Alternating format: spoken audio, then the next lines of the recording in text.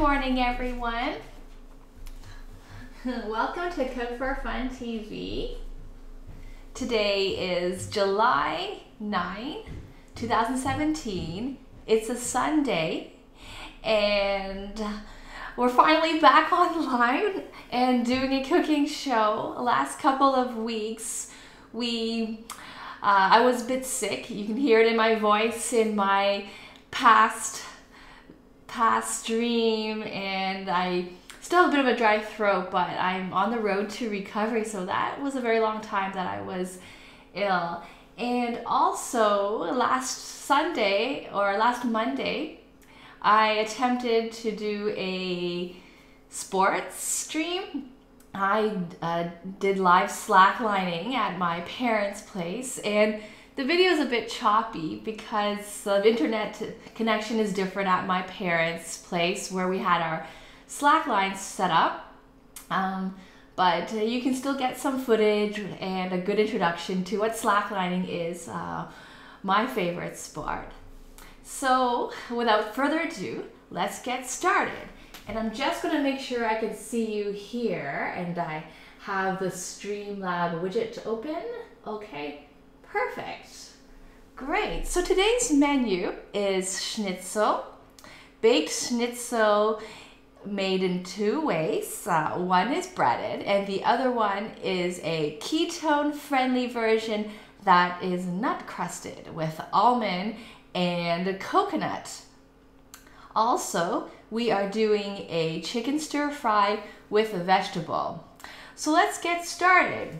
We're actually going to be baking a lot of schnitzel for some relatives that are visiting from Shanghai. They are my dad's younger brother and wife, and they're here for a month, and they would like to try some of our cooking here. And I mentioned that we're doing baked schnitzel. Schnitzel is commonly shallow pan fried or even deep fried. I think shallow pan is more of the common version. And we're doing an oven one.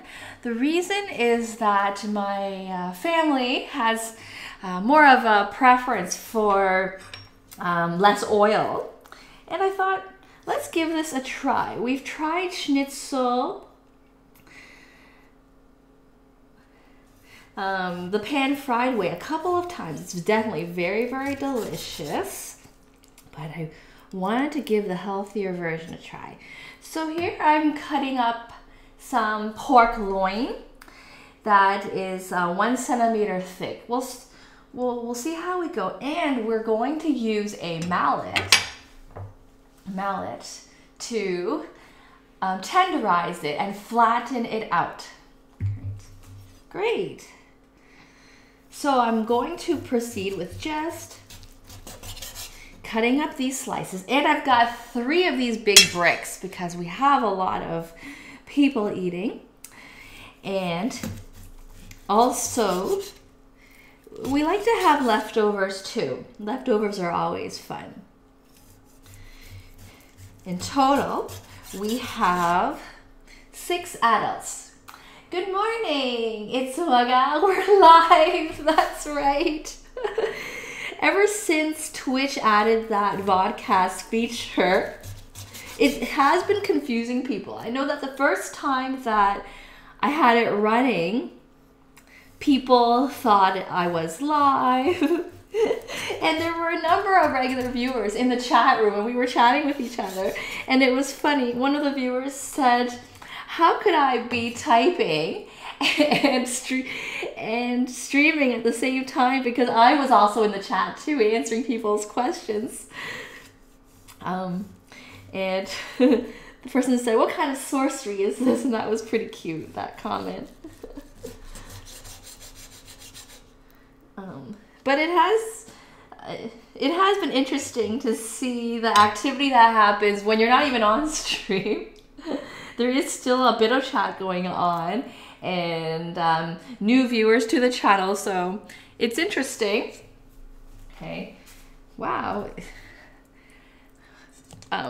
When pork loin is in a big brick, it doesn't look like a lot, but when it's cut up, it seems the portion seems bigger after it's cut, but I'll keep cutting these. So I've got quite a bit there. I think that's maybe 3 pounds or very close to 3 pounds. So we're making schnitzel. And how are you doing today? It's Waga.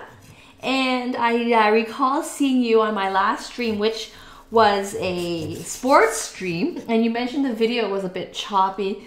Then I was at my parents' place, as that's where we have, ooh, a little bit of an accident here. I gotta wipe that up. There's the meat juice on the countertop.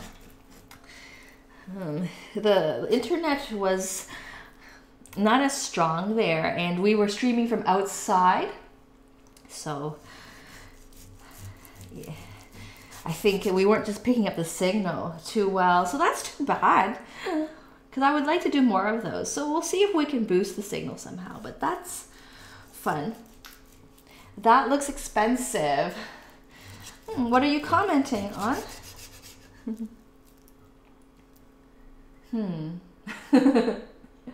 Oh, the meat. So the meat was on sale.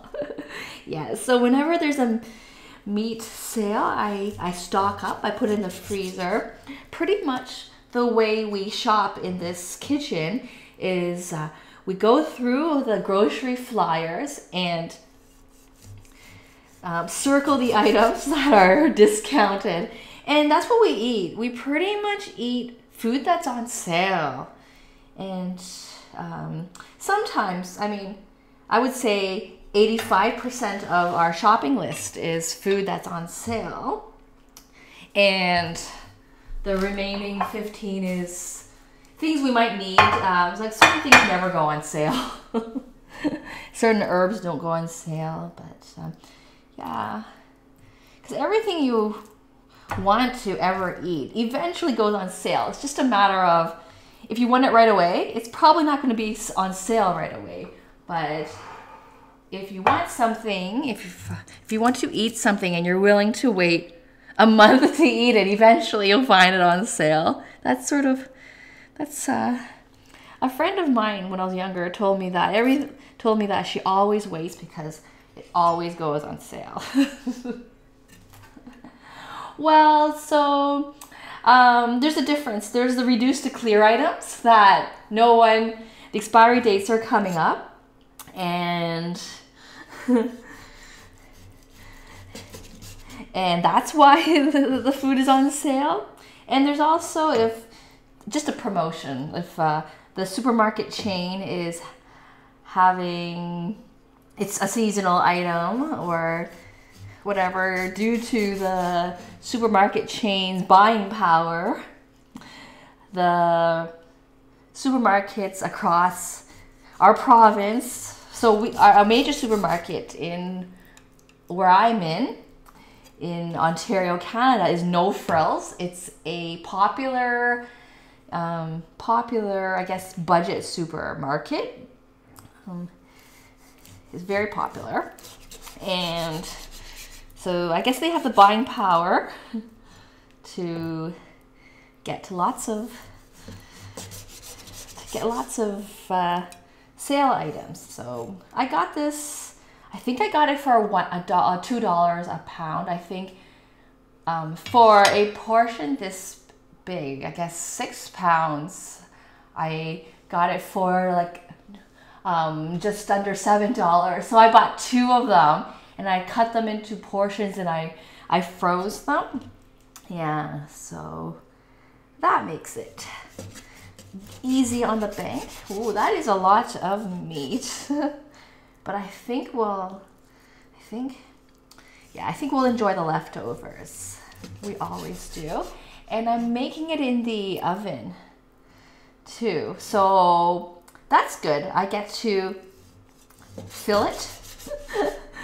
I find that when I bake, I might use 1 rack, and then there's the other 2 racks that are not being used, yet the entire oven is circulating much heat. So yeah, so that is what I might do, is just have half of them in the fridge. I'll make them all in the show, But I'm very mindful of foods that are perishable and keeping them in the fridge until we're ready to work with them. So I'm going to do that. I'm going to put half of them in the fridge.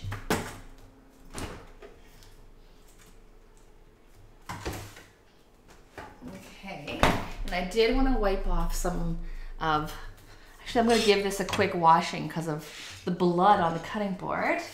And yes, I knew you had typed more. Lamb was on, yeah, lamb. Lamb's pricey. I don't eat it too much because of that reason. The lamb that we eat in Canada is imported usually from New Zealand, and it's pricey and it comes frozen, so it's not even fresh meat. And it's not something I have often. My mom often buys lamb shoulder that's cut up into 2-inch cubes and braises it in a nice gravy. We like that. It's quite fatty too. That type of meat. I don't know which part of the lamb is lean. I guess lamb chops are lean, but yeah, they're pricey. So I hear you. It is always so expensive. And when I was looking at recipes that some viewers eat in their countries, so I think some of the countries in Europe, I'm trying to think of the name. I think it was Slovakia might have been one of them. I don't want to get it wrong, so withhold from guessing. But I think a staple is lamb and cabbage soup or other dishes made of lamb. And because of that, I think it's one of their staples. They have lamb a lot, so yeah. When I see viewers request like that, I always have to sort of just keep it on the back of my mind when it goes on sale, because can't stream that right away due to the cost. Yeah, so I'm just doing a wipe down because of the juice. I am going to probably get more pork juice all over. Lamb chops are good. But you know what? So are pork chops. Pork chops are very good too. Yeah, so. Like sometimes when I eat expensive meat and I think it's delicious, I don't know if it's so much more delicious that I need to eat it often. I think a lot of inexpensive foods are very delicious too. I think a good example too is lobster. It's quite pricey, but it's so pricey that I should pay so much more than pork or chicken. We eat quite a bit of pork and chicken because pork and chicken in Ontario is not. They're the cheaper meats, and beef is pricier. So when there's beef on sale, we get some. You've never had lobster, okay? So lobster, I would say it's comparable to the taste of shrimp, except that your meat is bigger. Lobster tails are quite popular in terms of the part of the lobster to eat. All the appendages, the claws, the legs, they have meat, but they don't have lots of meat. So if you want the lobster taste, you can try to find larger shrimps. Small shrimps do have the same taste. Just wondering, trying to keep my fingers from being all bloody. I know I won't be able to prevent that, but I'll try for now. So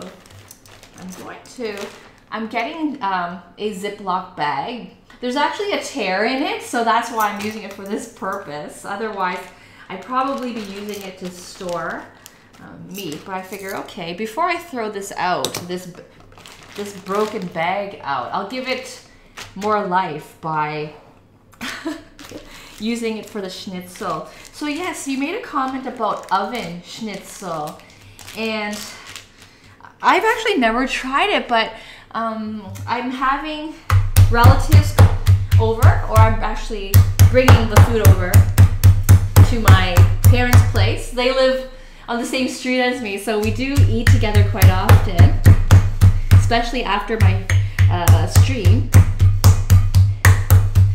And my family has a slight aversion to oily foods, and schnitzel is always shallow pan fried or even deep fried. I've seen some versions of recipes where it's just drowning in oil, the schnitzel, and thought, okay, since everyone's very I know that they're going to make a comment at the table. They're going to say, oh, this is good, but it's greasy. So I thought I'd give the oven version a try. I hope it turns out. But there was another streamer, a new streamer, Kubla Khan Art, who's also been on in the chat room too, who mentioned that he normally bakes rather than fries, and he baked breaded chicken fingers in the oven, and he said that they're really, really good. So pork tends to be juicier than, I guess, chicken finger meat, which is chicken breast meat. So hopefully it'll be good, because I'm making a lot of it. That's right. Schnitzel is always deep fried. So we're trying this it's called oven fried. So we'll see. So, and you made a comment too, shrimp is super expensive. What about frozen shrimp? So I sell them by fresh shrimp, or by cooked, or deshelled shrimp. I usually deshell it and also devein it myself, so that more effort on my part probably means less effort on the supplier's part, so hopefully cheaper. Wow. Well, you're tuning in from the UK, and from what I understand, prices are high there. I know that vegetable prices, like your produce, is also high. But yeah, seafood. But the interesting thing is that there is water not too far from you. But yeah, I wonder why that is. But yeah, I don't know why. But just have it occasionally, or when there is a sale. Stock up then, or just enjoy it then. Yeah, our shrimp is actually imported from Thailand. All the boxes say product of Thailand on it. They produce a lot of shrimp there. And just, I don't know. Maybe it's just, again, the bargaining power of the supermarkets. A lot of them, the whole chain gets together and places a big order, then they're able to the factories are able to deeply discount them. Oh, you're German. Okay, I'm sorry. I do have in my notes that you're from the UK. So if I made a mistake, please correct me. Yes. Alaska salmon. I don't know the difference, but we have wild Pacific salmon, so I don't know where it's actually from. We had salmon a few days ago, and I actually posted on Twitter, and I made a crispy skin salmon that's pan fried, and it turned out usually when we are baking our salmon, the skin is gooey, and my husband likes to peel it off and just throw it out, but that's actually loaded with a lot of omega-3, a lot of healthy fats, very good for you, and it's edible, so it's always good to not waste if something is perfectly fine to eat. And when I made it pan fried, it was crispy and a little bit chewy from the fat, so I was quite pleased with that, and I'm going to feature that because one of our viewers has requested it for some time, but salmon's pricey, so yeah, but Mr. Cook for Fun that's one of his favorite things to eat. Just a small fillet, maybe 1/4 of a pound, not too big, is $7 Canadian, so that's roughly $6 American. Whereas I just mentioned for my 6-pound pork loin, I was able to get quite a bit of meat. So that's the difference. Do you want to feed tons of people or just one person? So that's the trade-off, and I usually pick the more budget-friendly one. Good morning, Death Vader. How are you? It's been so long, and I'm going to hammer away while we talk because I have a lot to pound.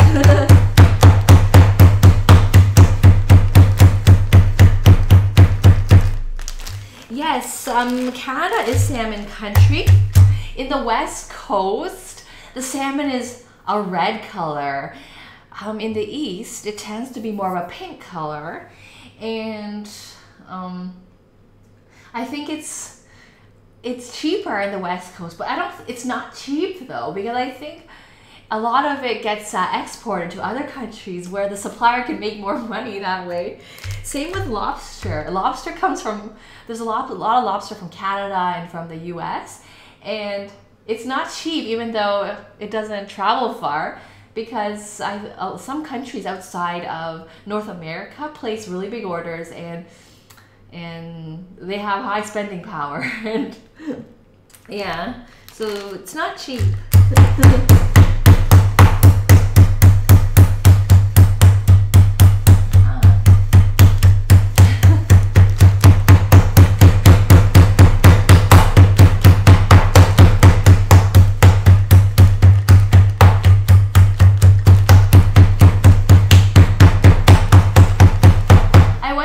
You're gonna hear me at the same time because I have quite a few pieces to pound. Yeah, if I can't get through it all, I might change the plan and do it fried. Fry my schnitzel and then bake the rest of it. But yeah. So Norwegian farms. My husband likes the wild one because he thinks it's better. He thinks for environmental sustainability reasons. I'm not that particular about that. And that sounds really good, Death Vader. You had hickory. Wow, hickory. So does that mean it's smoked? And bourbon. So that's the alcohol. It sounds like you like to have salmon kind of often.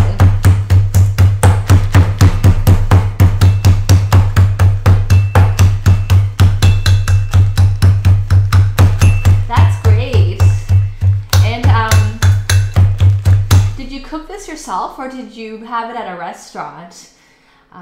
Yeah, hickory bourbon. That sounds, I wouldn't even know how to make the sauce for that. It sounds pretty fancy. Okay, got it. So the farm one is better for the environment and the wild one is better for your taste buds. Got it, okay. There's not enough fish. That's true. So there are these commercials that air on TV. They're Canadian government commercials.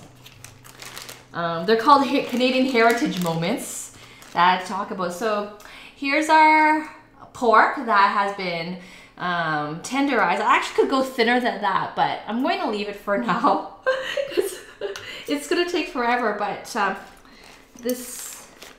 it actually expands when you pound it out, so it looks larger than it actually is.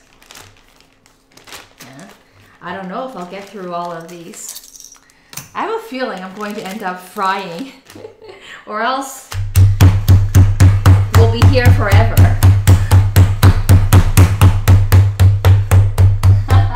Oh, Nightbot is teaching you how to slackline. Okay, let me change that quickly. I forgot to disable that. Okay, so where is our Nightbot? That's pretty funny. I had that on purpose because I wasn't sure how much talking I could do during our slackline stream. So we had a slackline stream on Monday. Yeah, okay. guess I'll just open. Oh, I'm having trouble with this. Where is my Nightbot? Because I'm using a Mac and I always, I'm very not used to. I'm not used to using the Mac. Yeah. Okay, I'm going to send a message to Mr. Cook for Fun to help out with that. I'll be like, help. Yeah, just to get rid of that the Nightbot, just to disable it. Okay. Yeah. Hi. May you please kindly help disable Nightbot messages regarding slacklining. I can't pull it up on Mac. Thanks. Okay. Okay, hopefully that will be resolved. Okay. I should go fish some salmon in my backyard. We actually, so last weekend was Canada Day weekend, and on July 1st, it was Canada's 150th birthday, 150. We also had a family reunion on my father-in-law's side. He had family come over from different provinces of Canada and also from Qatar in the Middle East. There were around 70 people, and so this was a big reunion that was planned for a year. And so these t-shirts were ordered, and the back says Team George, which is the surname of my father-in-law. And so I'm wearing it, and also because the Toronto part and the Canadian flag, it's very patriotic. So my husband's a big fan of the Toronto Blue Jays baseball team. Yeah, like super fan. So yeah.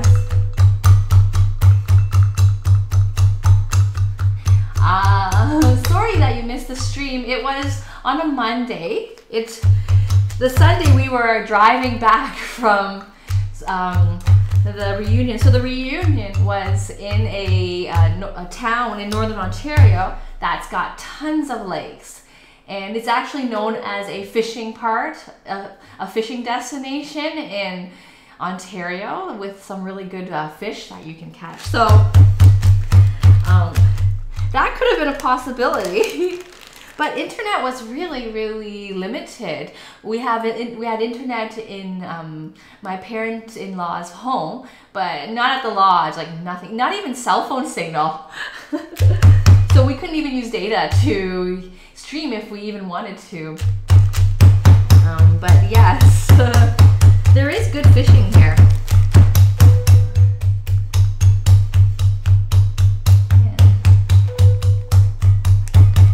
So you missed my slackline stream. Oh, yes. So I did post the vodcast for it, but yeah, and it's Wugga came on and mentioned that the connection was so choppy, it wasn't moving.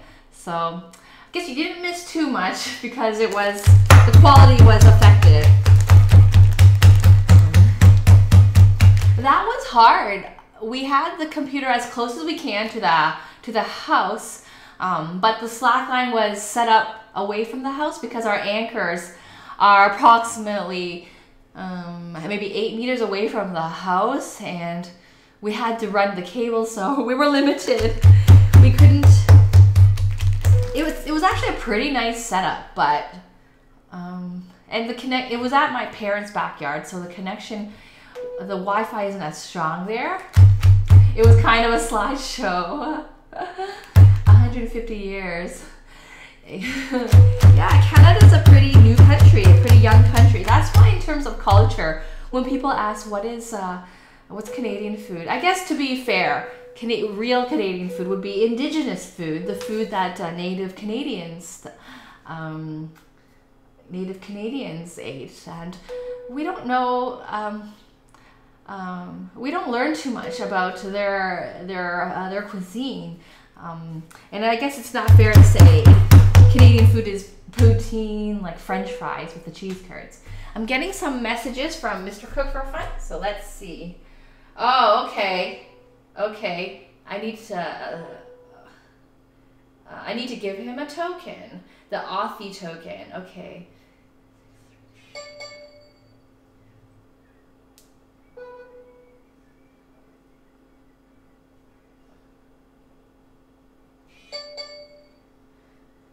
Hang on. Okay, maybe I wonder if I should read it out to him because I can't go between screens. It's pretty tricky. They expire after 30 seconds. Screenshot. Is it working? My screenshot. It's not working. Couldn't capture screenshot. Okay. I'm going to shout it out to him. Okay, Mr. Cooper Fun. 27718888. 27. Oh, it changed. 7654457. Sorry, that was a little bit weird. Should have muted that. Because like he's trying to help. She's trying to change the Nightbot, but in order to do that, he needed an access code, and it gets sent to the cell phone. Yeah, sorry, that was really loud.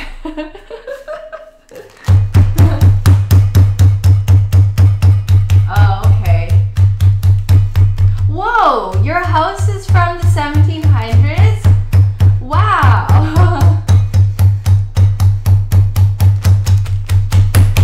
Cool. You can feel free to post a picture of that on our Twitter if you want, or even Facebook.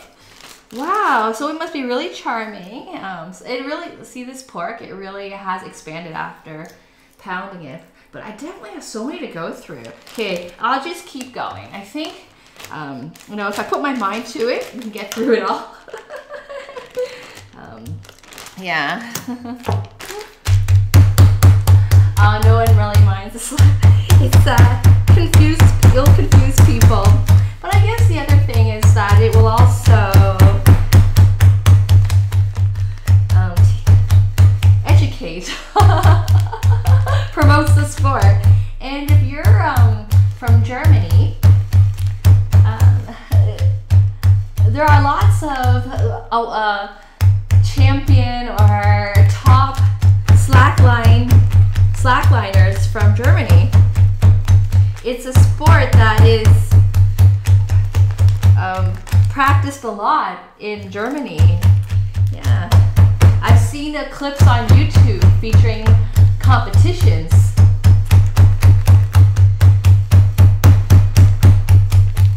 And okay, I'll check out your video that you posted regarding that Canadian who likes to vlog trips into Canadian nature. That would be interesting. I actually haven't been across Canada. I've been to a few provinces, but Canada's a pretty big country. And we have different time zones in Canada. And we have different topography and landscapes. So where I'm from, I'm just outside of Toronto, the capital of, or the financial capital of Canada. I'm in a suburb or a city north of it called Markham, and it's pretty flat here. There's nothing really interesting here. If we go north to where my husband's hometown is, there are lots of forests and lakes, but it's also it's flat with a bit of slope. But if you go to the west coast, so if you think of California, just north of that is a province called British Columbia, and it's very hilly. It's beautiful. It is so beautiful. Wherever you stand, you see like mountains in the background, and you see a nice hilly landscape, and I think it rains a lot there. It's known for raining a lot there, and because of that, there's lots of there's lots of trees, lots of healthy trees, lots of old healthy trees, tall trees growing everywhere. It's very woody, very, very beautiful. Whereas the provinces in the middle of the country are flat. Some are even dry, where a lot of farms are. You can look out in the distance and see nothing because it's just flat, which is also beautiful too in a different way.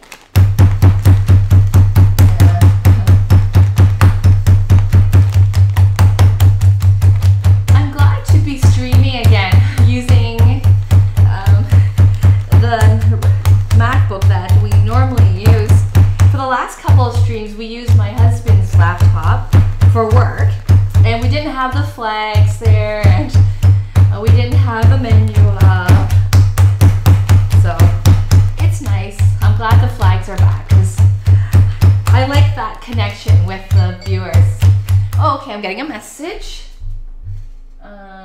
I'm getting a comment to hurry up with the pounding. It's annoying to listen to. Uh-oh. If that's the case, if it's really that annoying, I'll get the honest comment from my husband. Then I'm going to deep fry these couple pieces of schnitzel then and finish off the rest because I have 6 pounds in the fridge. Finish off the rest offline if it's really that loud and annoying. All right, got it.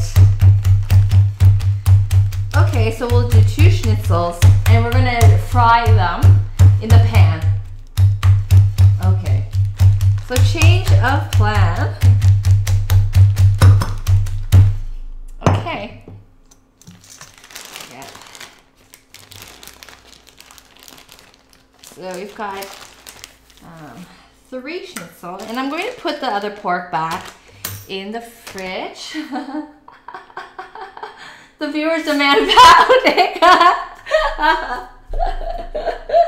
That is so funny.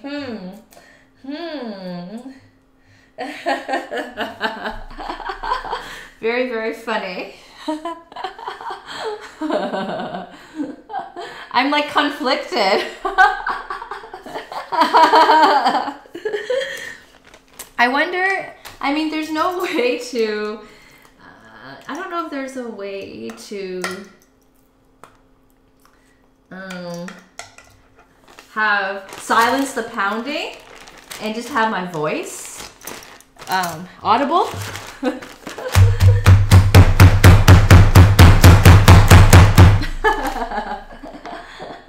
Okay. We got a reply.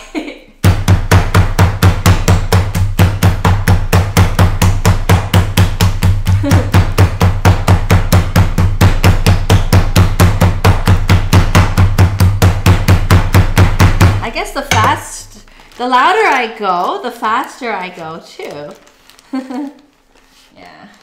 They're not super thin, but they're pretty good. I'm reducing it to about half the width, from 1 centimeter to like 5 millimeters.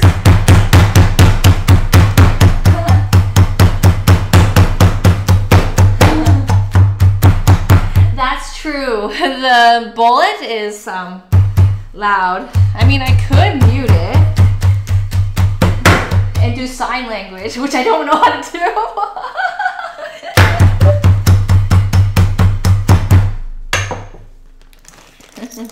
Oh, this one's nice and thin. It's like, I don't know if you can see that. It's like, it's thinner. I kind of feel like I want to make some of these thinner. Because the other ones are going to get jealous that they're not thin. I wonder if I can pound them on top of each other. Like, that probably works. I think if it's thicker, I might be able to get it, like, to reduce in width. So if I like pile 2 on top, I might actually, because it's, I don't know. I can't explain it, but I think when it's thicker, it's easier to pound. And then I can turn it around to make sure the one at the bottom, yeah, it's actually actually a good idea, and it's actually faster because I'm doing yeah. Oh, okay, so these have gotten a lot thinner. Yeah. Yeah, like that looks bigger, significantly bigger. And I think that's what we want. Okay. Wasn't pounded evenly. I think it's all right. Okay. So I just learned a new technique. You overlap them, then you can flatten them more. It's like these don't look that. You can still see the side of it. It's quite thick. So that seems to work. Learn sign language. It is. Well, also it's. I saw this really nice Facebook video, or somebody circulated on Facebook, about how if you can sign language, you can communicate with more people. It's just like learning another language. If you know more languages, you can communicate with more people.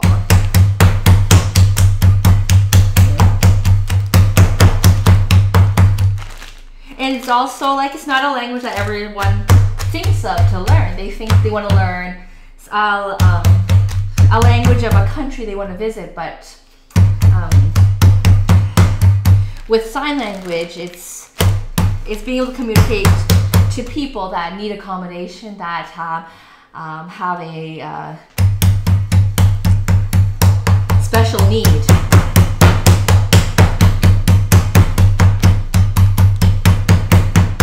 I had a client who was deaf, and we communicated by writing on paper. Yeah. And then after the meeting, she blew me a kiss. So that was nice. I felt like so she was happy with our meeting. But it was the first time I encountered that, and I wanted to make sure that we were able to understand each other just as if we were talking.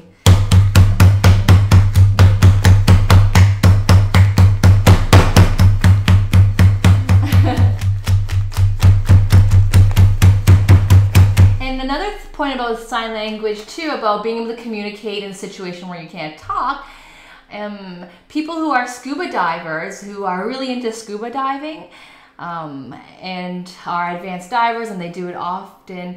I've heard of these people picking up sign language so that they can sign underwater. They do sell these whiteboards and markers that work underwater, so that you could, like, there are the common, signals underwater, like to tell people that, everything is good, and like whatever, use your fins. But to actually engage in a very thorough conversation, I guess for marine biologists or people who are working underwater, I think they do learn sign language. So it's useful. That would be really interesting if there was a streamer who signed. That would be really, really interesting. Yeah. Good morning, Wolfie. Thank you. I think we've been getting that comment too about not sure when I'm live, or nice to see you live, because when I'm not live, I have my vodcasts playing. If I do auto host other people, I want to auto host them live. So so I've had that. But I generally have my stream on at this time, 9 in the morning, Eastern Standard Time, on Sundays. Yeah, that's a relatively new feature, the vodcasts playing.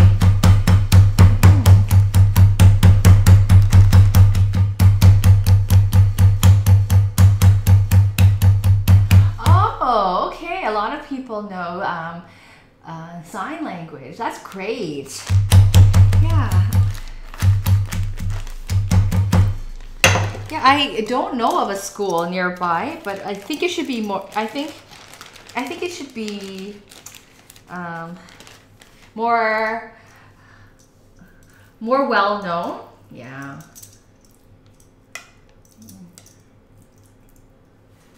Yeah. So I'm not doing a bad job. I'm halfway through pounding them, and I just learned a helpful technique, which is to overlap them. So when they're thicker, when your pile is thicker, you can more quickly pound it to a thinner piece or pieces.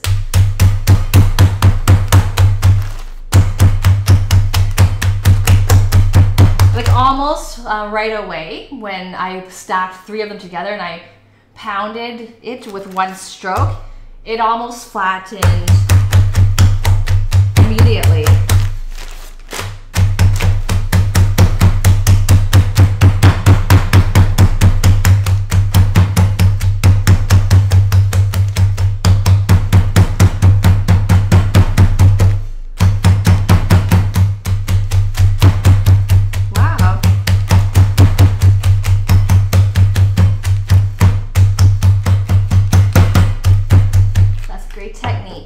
I didn't know that would work.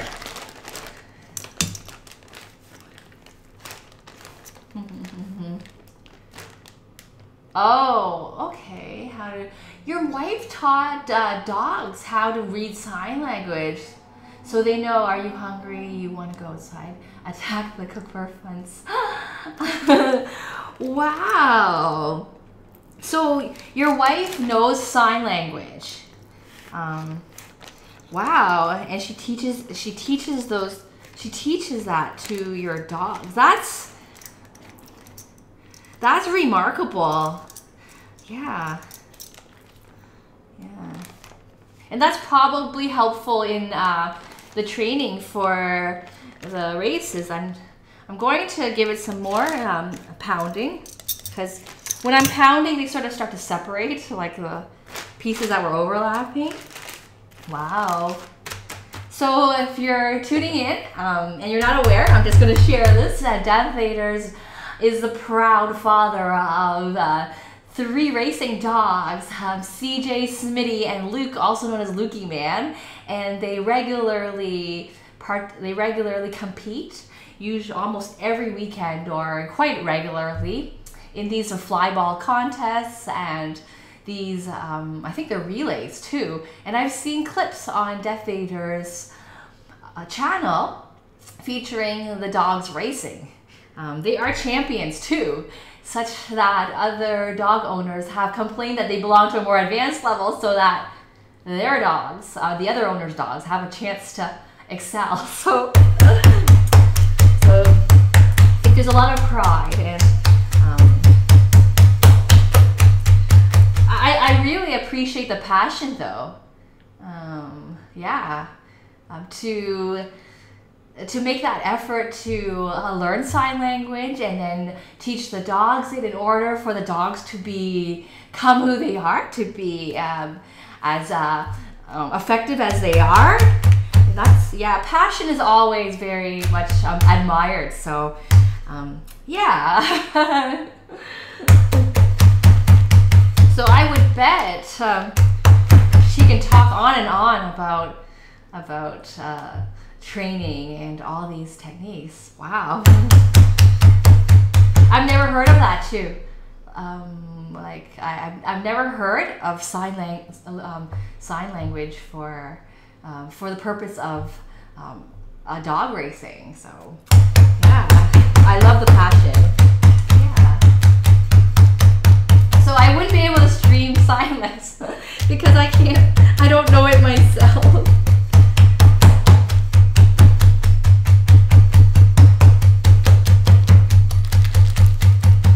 Okay, I think and if it's not perfect, that's okay. There's another food item that highly resembles Schnitzel, and it's called Donkatsu. It's Japanese. It's pork cutlet, and I believe it's made the same way as Schnitzel, except some recipes say to pound the pork and some don't. So you can have it without even pounding the pork. So it's like the shape has totally warped. They're not all cutlet shapes. Okay, and I'm going to work on, I'm going to now preheat the oven.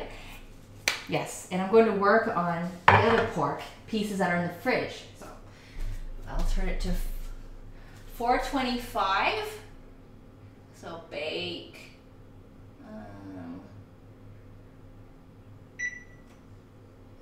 425. Start. Convection. I hope I got it right. Convection. Hold on. I think convection is the one that's the, okay. Conversion or convection. Okay. Okay. Okay. We've got more pork here, so I'll zip through them.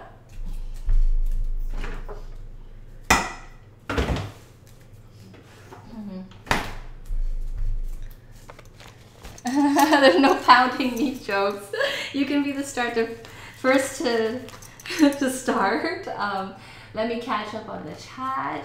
Oh, you're baking cinnamon rolls. Yummy.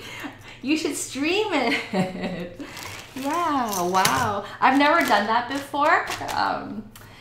And you usually have to make a big batch when you make them because you roll them and then you cut them up and then you place them in rows on your baking tray.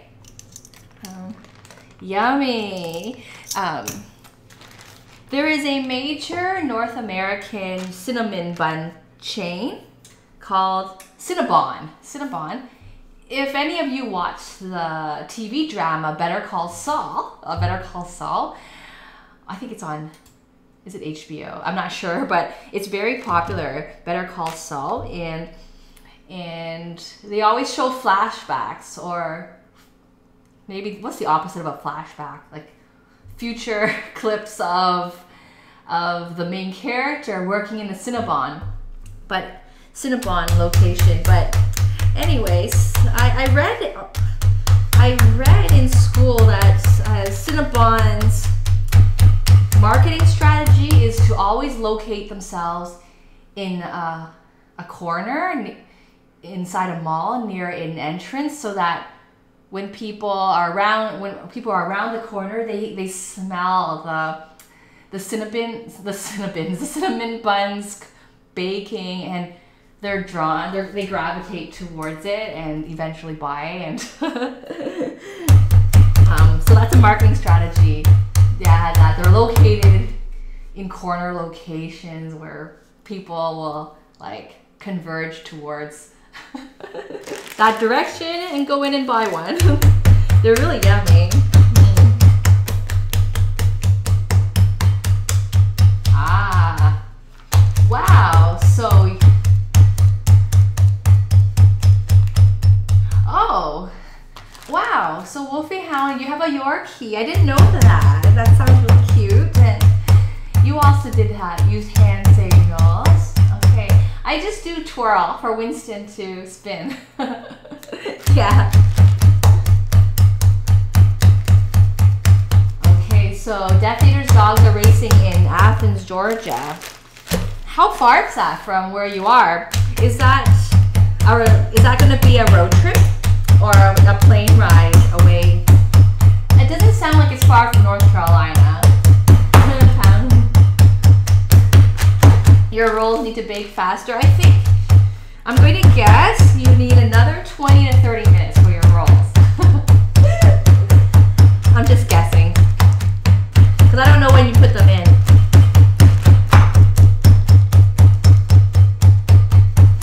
Oh,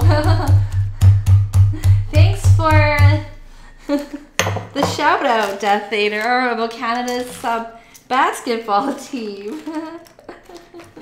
Yeah.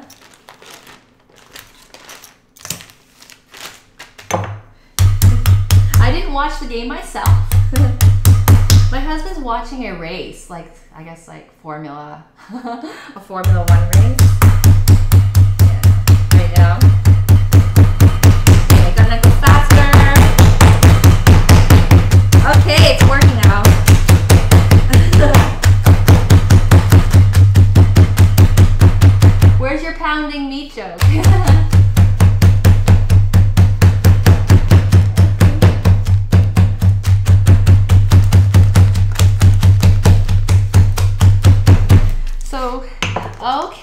so your cinnamon buns are, okay, so they're bought frozen and you can bake them. That's neat. I wonder, is that Pillsbury brand? That's a major North American brand, and they often have like croissants, cookies that you can bake just simply by slicing it up and putting it in the oven. But I should try that. That sounds really convenient. Yeah, and they're not expensive either. They're pretty reasonable. And then you don't have to deal with mixing the batter or the dough and making a mess. It's pretty convenient. Okay, it's gonna get loud again.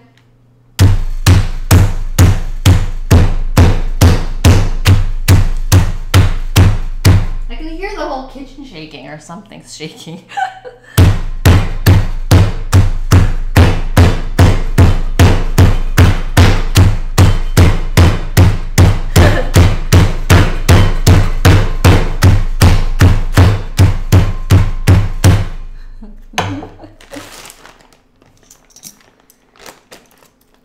20 minutes, okay. That's not too long of a wait. If you got fruit or cereal, that can hold you over until they're ready.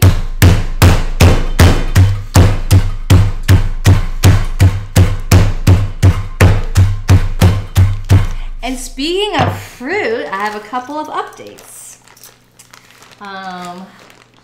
We bought a food dehydrator, a used one, off Kijiji for 80 Canadian dollars.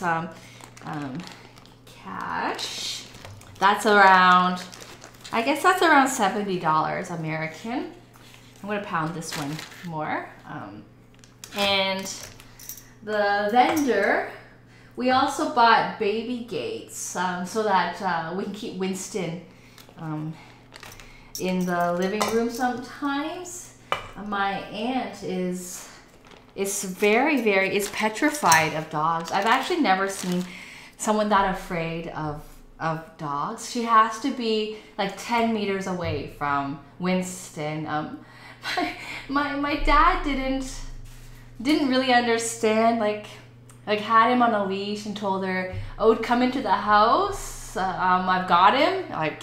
Like he's fine. He's really, really friendly. He'll be excited to see you and jumpy, but he's not gonna bite. He's not gonna scratch. But she was so afraid. And my dad, he picked up Winston and said, "Look," and went right up to her, and her face turned beet red, and she was so terrified. And I just said, like, "Dad, like, this isn't good." But I've never seen that happen before. So yeah, I understand some people are afraid of dogs, and so we got a couple of gates to put up. Yeah, because we do sometimes invite friends over and they bring kids, and yeah, so it's more convenient to let Winston around the house, but maybe just section off certain rooms.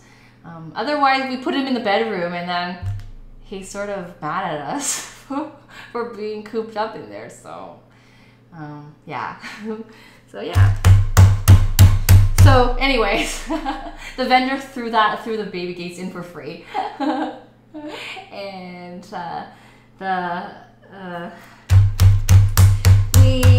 we used the dehydrator yesterday for strawberries, pineapple, and mango.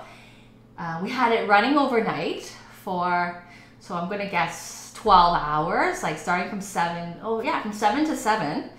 And at some point, I'm going to show you the final product. I actually haven't seen it myself. Mr. Cook took a peek and said that it was ready, so he unplugged it. So, yeah. And we also, I'll show you too at some point.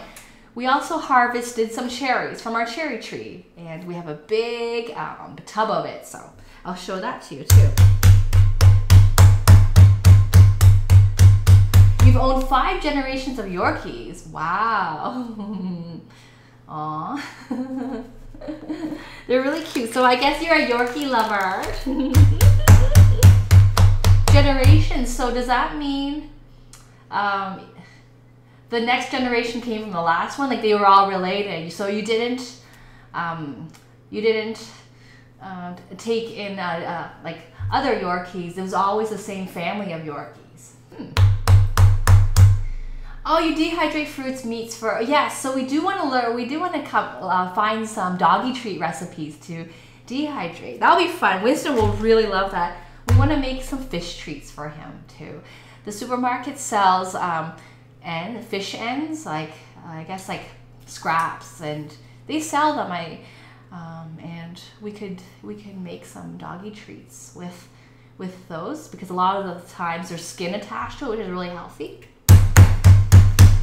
Like I just saw salmon belly pieces yesterday. Yeah, in the supermarket. Okay, you can't make cinnamon. I can't make it either, so don't worry.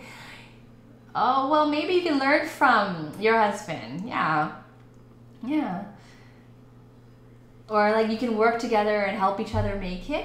So I've often mentioned on the show, I'm not a chef. I'm a home cook. I just enjoy it. And oftentimes I'm learning recipes or trying out recipes for the very first time on the show. I'm just sort of, I don't know, Carol, I'm just sort of brave, not brave. I don't want to say I'm brave. That's a very, yeah, but I guess I'm fearless that way. I just do it. And I always have my disclaimer that I'm making this for the first time.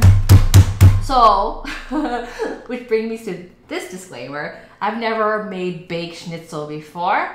Thought we'd bake it because my relatives are, I know that they're gonna complain. They're gonna say this is delicious, but it's greasy, so I'm going to try baking it. And I posted a recipe for baked schnitzel, so I hope that it's still very tasty, even though there's no grease. Yeah. Your husband dehydrated hot peppers. Ooh.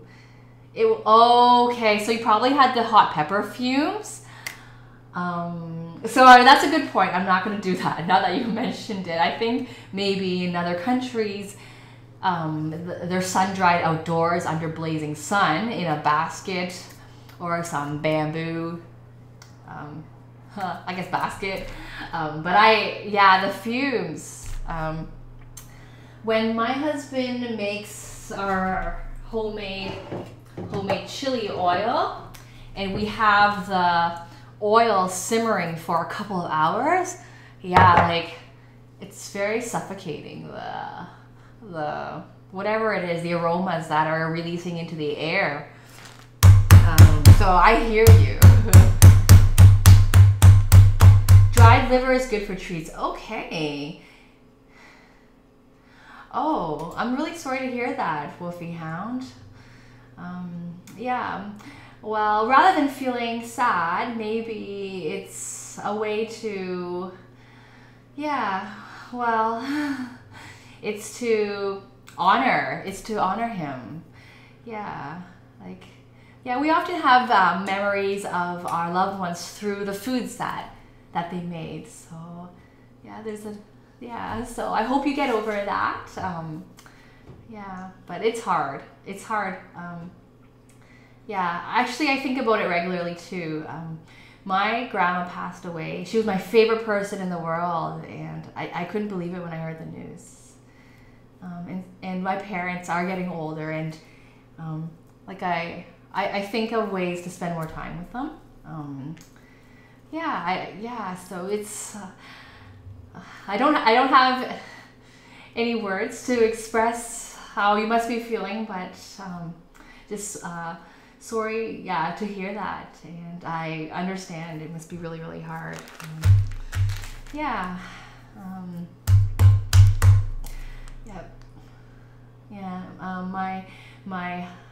So I mentioned that when we go up north, we went up north to my father-in-law's reunion. It's actually my husband's stepdad. My husband's dad passed away when he was quite young. So, we try to relive some memories. His mom saved his old passport and also has a slide projector with some pictures of my husband's real dad, so our biological dad. So yeah. But food is love, so maybe one day you'll be able to. But I often talk about foods that my grandma used to make to my husband. I made this pork dish, and I told my husband, "Oh, my grandma used to make this," and it brings back really good memories. So, yeah, but I don't want to linger on this topic. I'm sure. But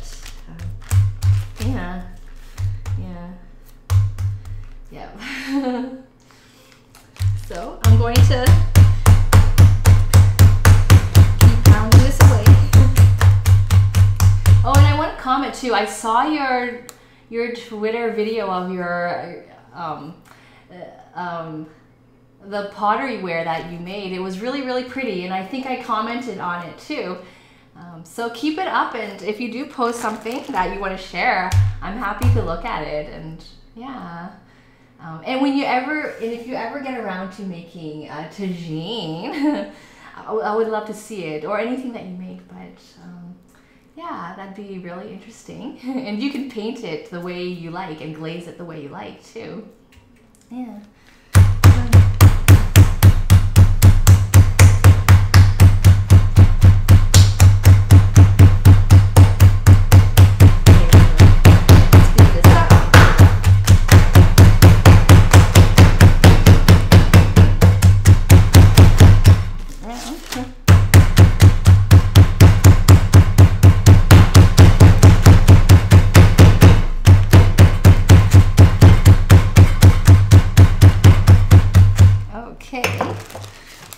I'm surprised Winston, our dog, hasn't come down.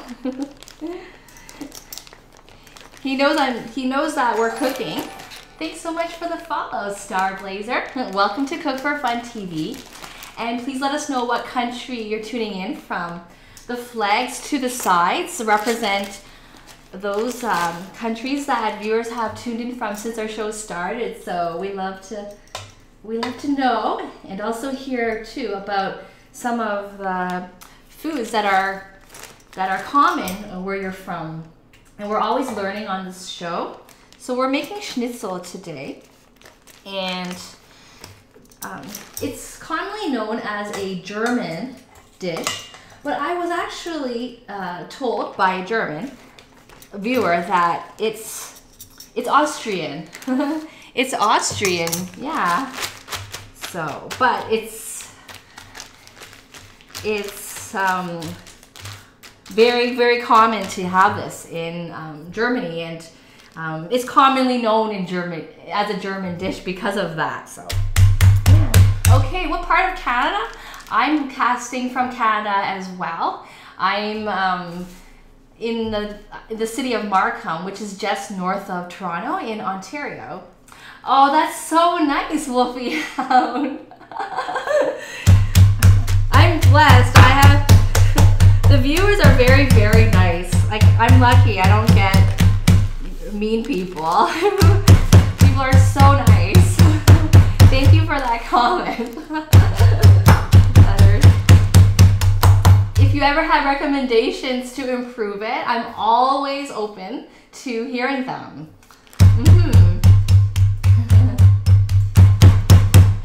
Hi, respect. I think I've seen you before, quite a while back. How are you doing? Because I remember the unique way of how you spell your username.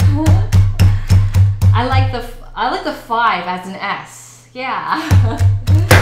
Because usually when people do mixed alphanumeric spelling, the vowels are numbers rather than consonants. So I can't believe I used that word, consonants. Like, I don't remember the last time I said consonants. Consonants. Must have been way back in school, consonants. Like, when do you use that word, consonants? So, but, yeah, let us know what country you're tuning in from. I'm making schnitzel. I'm baking it. I'm doing 2 versions. I'm breading. So I'm following the classic recipe, which is to dip it first in flour, then egg, and then breadcrumb. And I'm making a ketone version for Mr. Cook for Fun. So he started a ketone diet where he can only have 20 grams of carbs per day, and he has to eat lots of vegetables and meat. Thank you so much, Darth Kong, for your follow.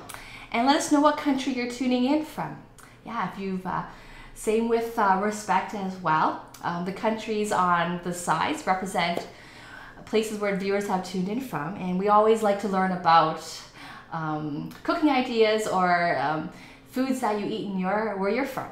And we often try new recipes for the first time on the show, so we do take viewers' requests. Yeah, and I make a list too, and I go back and I check the chat log to see what people have requested, so keep them coming.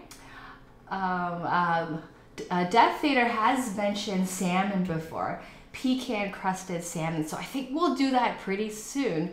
And one of our mods, Shining Bright, is a fan of crispy skin salmon, which I was able to do properly a couple of days ago, so I'm excited, and I think we're gonna feature it in a stream coming up. Okay, you're in Mississauga, so Starblazer, yeah, my husband, why did I say my husband? My brother lives in Mississauga. Yeah, he's by the lake. He's by here, Ontario, and QEW, Queen Elizabeth Way. That's what the W stands for. Highway. Yeah.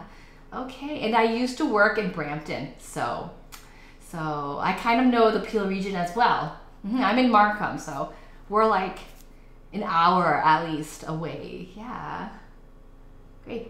That's right. Baked schnitzel. Use the tagine every time.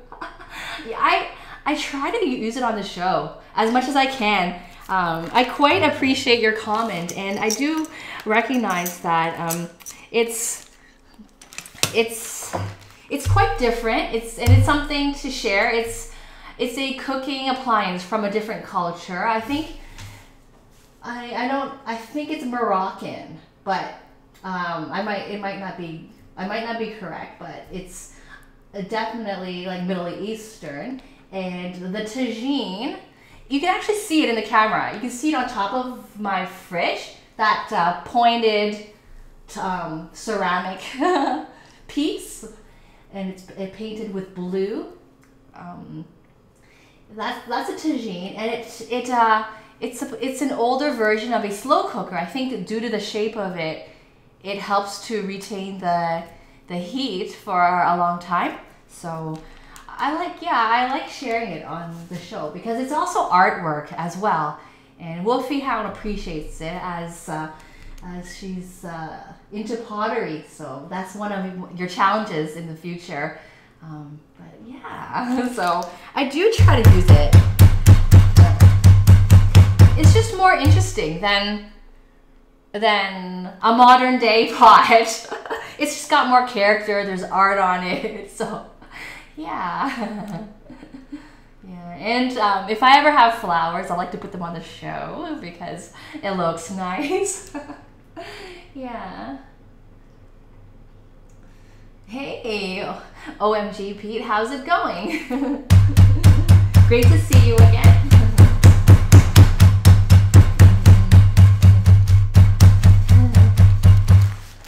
Okay. I think I'm done. That's great. Okay. Just going to check that they've all been pounded. Or did I miss some? Nope, I think I've got them all. So it's a lot. I have approximately 6 pounds of pork. I have even more in the fridge as well. Since we're baking them, I like to try to, I'm gonna pound this one a bit further, a bit more. Since we're baking them and I have we have 6 adults eating for lunch. Thought just make it all, and leftovers are always fun to have. I love leftovers. Okay, there. We'll just make them all and bake them. Great. Okay, and I'm also going to pound a couple of chicken breasts later too for the stir fry. So I'll put this to the side close to the sink. Okay. All right, so let's move that to the side, and we're going to prepare our dipping station. Okay. So there are 3 dips involved in making schnitzel. Okay. I have these 2 to the side for the keto version for my husband. Yeah. Okay, and just catching up. Okay. Okay, so Moroccan. Okay, I got it right. I'm always like, I don't, just in case someone, just because we're an international show, I'm always careful. I don't want to attribute something to the wrong culture. Yeah, because people could be sensitive. Oh, Morocco has a pretty active pottery industry. Interesting. Ah, that would be, that's a good idea. Rhythmic meat pounding. I'm sure people do it. I would imagine that it's probably a cultural activity too. When people are making their feast, they might feature, because food is often celebrated in different countries in the world. Food is a food is associated with a lot of celebrations and a lot of festivities, and I wouldn't doubt that there is rhythmic meat pounding somewhere in the world where when something was being prepared, people celebrated and they had music and percussion with their meat. Yeah, that is so interesting. And you know, with the you know, yeah, you've got your cymbals with the interesting. I'm gonna look that up. I'm very yeah, you piqued my interest. Wow. And we're all though cooked for fun. How fun is that to sort of combine music with food? I've often talked about how when I'm grinding spices with a mortar and pestle, the aromas are released, and that's aromatherapy. It might not be intended. I'm just sort of cooking, but that's an additional benefit of the cooking. So anything that makes your cooking experience more enjoyable, I think that can't be anything more than wonderful. So, wow, thanks for that great idea. Okay, so I'm going to we have quite a few baking racks. I don't know how many I'm gonna fill, but I have quite a bunch. I've got 3 of them. So I'm gonna start with the first one. Yeah. All right, and we're going to, I'll get a scoop. We're gonna start by breading them, and then dipping them in egg, and then dipping them in breadcrumb. Yes. Okay. I'm gonna grab these ingredients. They're off to the side. Now, I'm also going to add garlic powder and onion powder and parsley flake and cracked pepper and salt. Okay. So, because I think it's nice to add a bit of flavoring to the breadcrumb mix, and also I do like the color of parsley mixed in with the breading. I think it just looks a bit more interesting than just breadcrumb. Okay, so flour. I have the flour under me. It's just in a big sack. It's not branded. It's not Robin Hood or Five Roses brand, which are common brands in North America. It's just a brand that we got on sale. So lots of bread crumbs or flour. So I'll get more as needed. I didn't measure them out. I'm sort of going to assess the amount as we go. We have lots of meat to work with, but it won't take long. So I'm gonna start with a couple of eggs. And we have another carton too in the fridge. That is a lot of flour, huh? But I think we'll get through it. We have another portion in the fridge as well. That is a lot of flour though. Okay.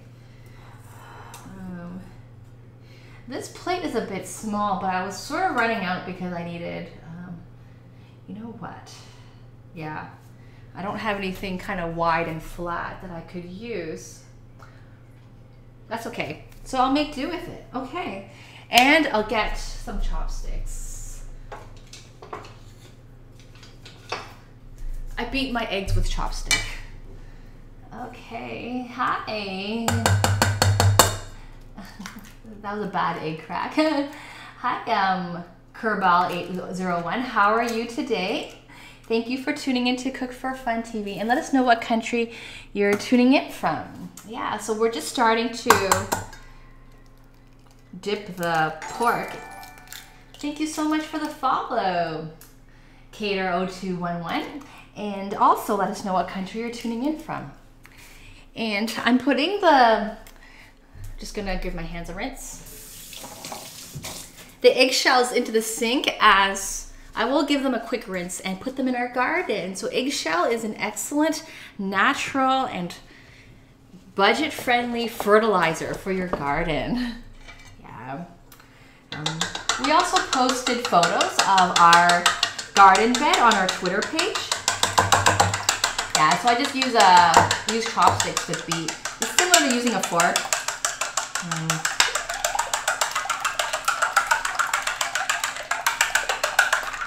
Okay, I'll probably go through a few eggs in doing this. Okay, so great. So we're just, and before I start, I'm going to grease the rack.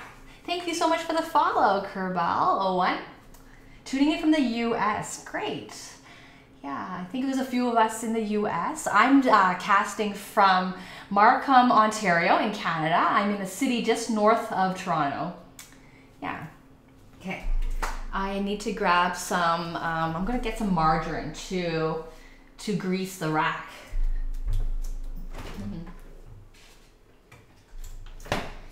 And I'm grabbing a brush. If I can find it.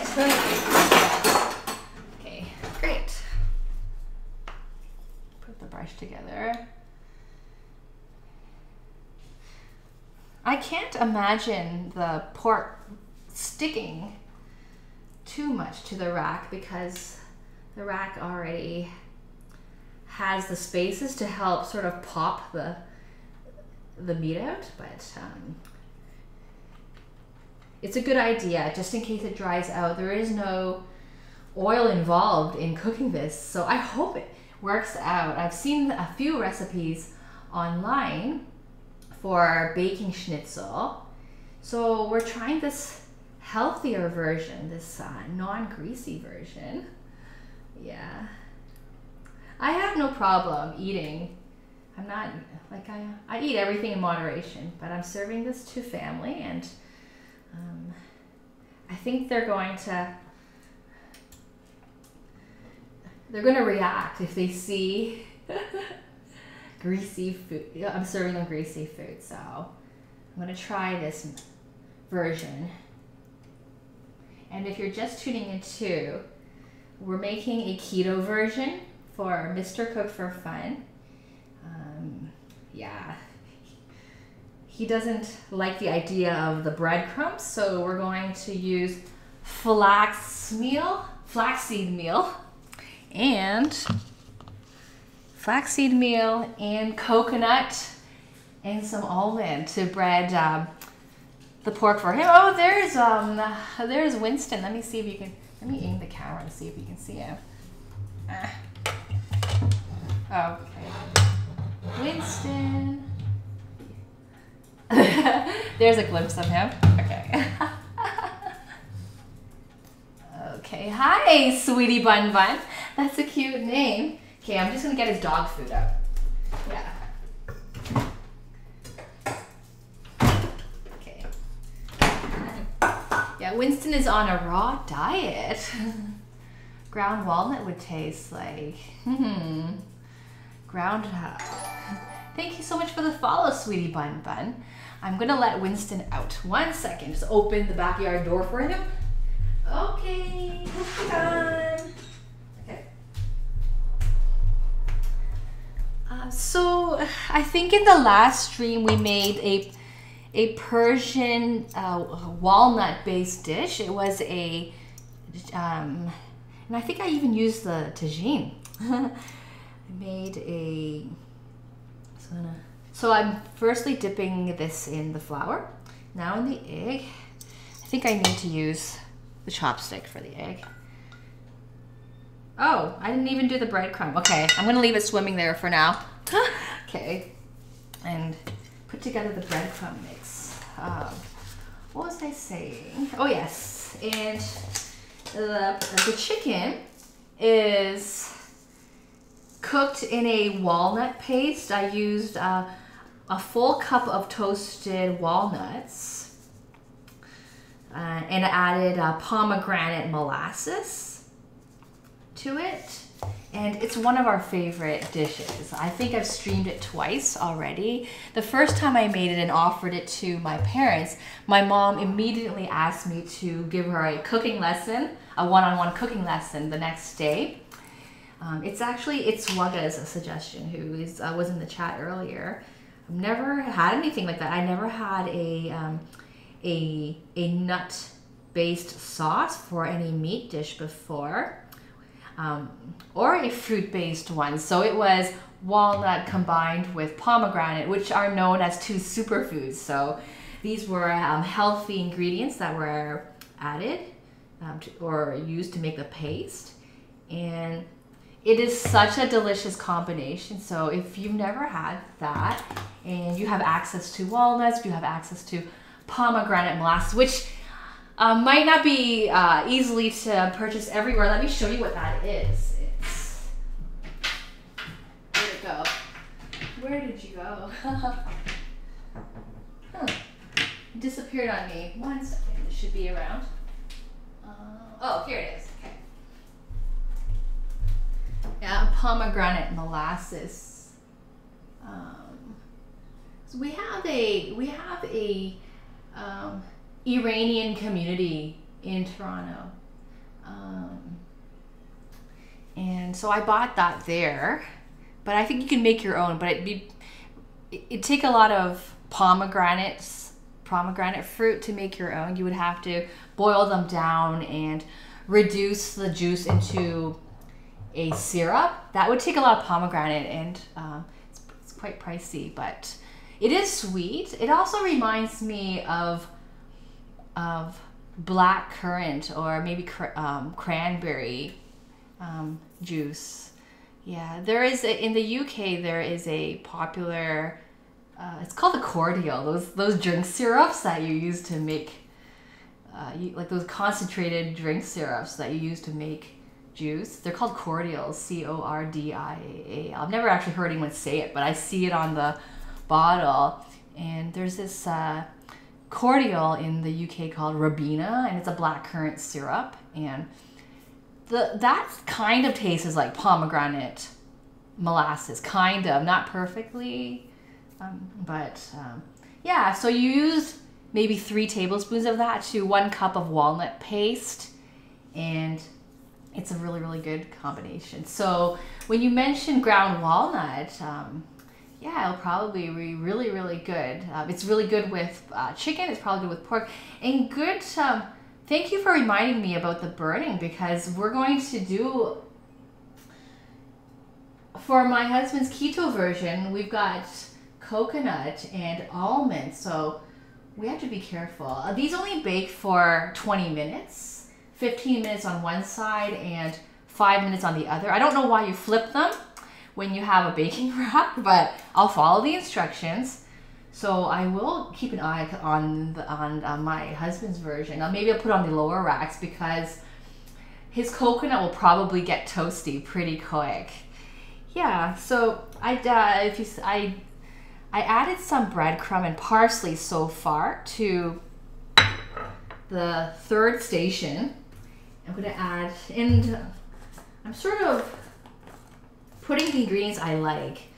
I don't think the traditional recipe will say to use parsley. I'm adding some onion powder. Yeah. I like these flavors. And you can even add, basically you can add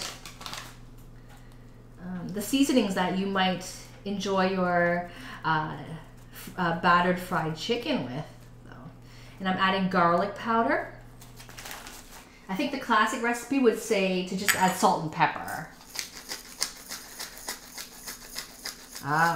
Okay, so I will have to be careful with the coconut. Maybe what I could do,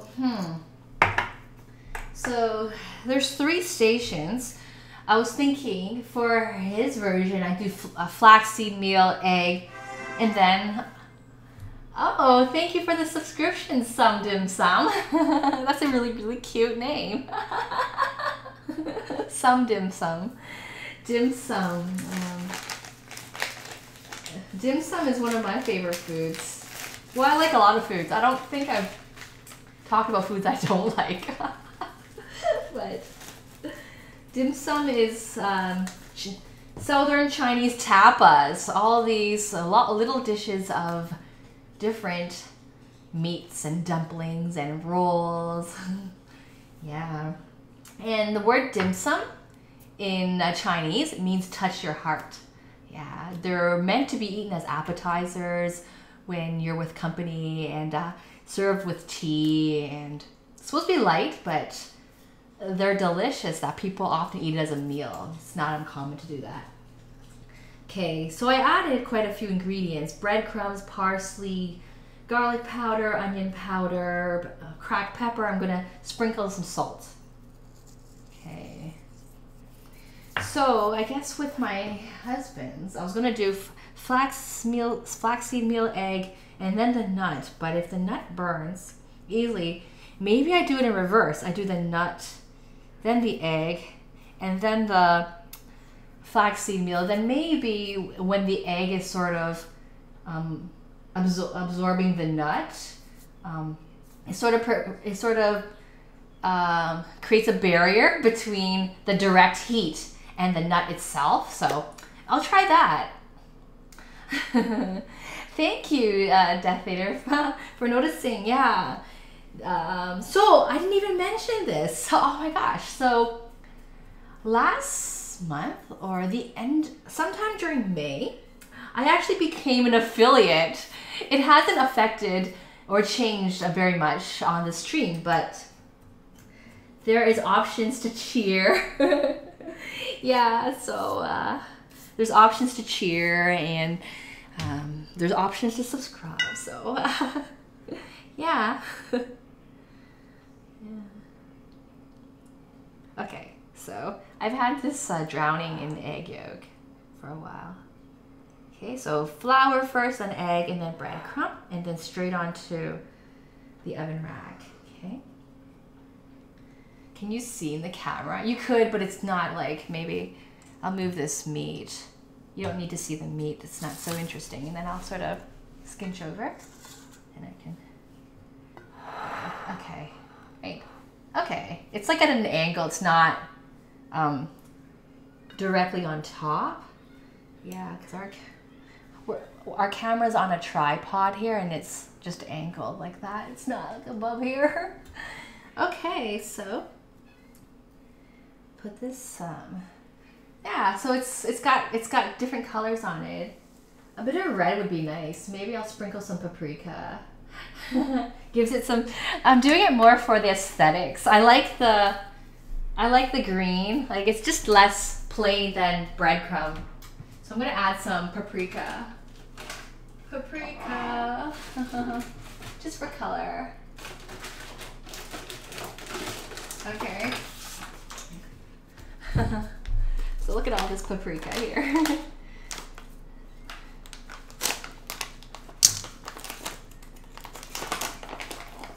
It's got a nice color. I've also used paprika before in making kimchi. So kimchi is a Korean pickle. It's, I guess you can say it's like a sauerkraut, but it's just a different type of pickling, and it tends to be very spicy. It's spicy and sour. See, so that would be like the Korean pickle. And I made it before for the stream, but the chili powder that I had was super spicy.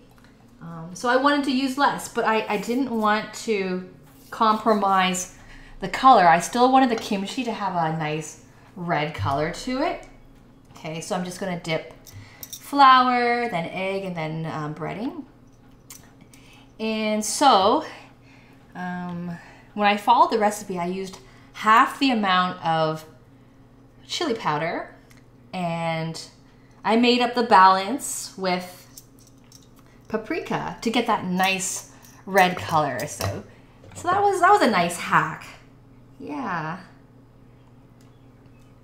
And I do it with stir fry and often I add other ingredients to sort of improve the aesthetics of the food. So you're gonna see that when I do the stir fry after this,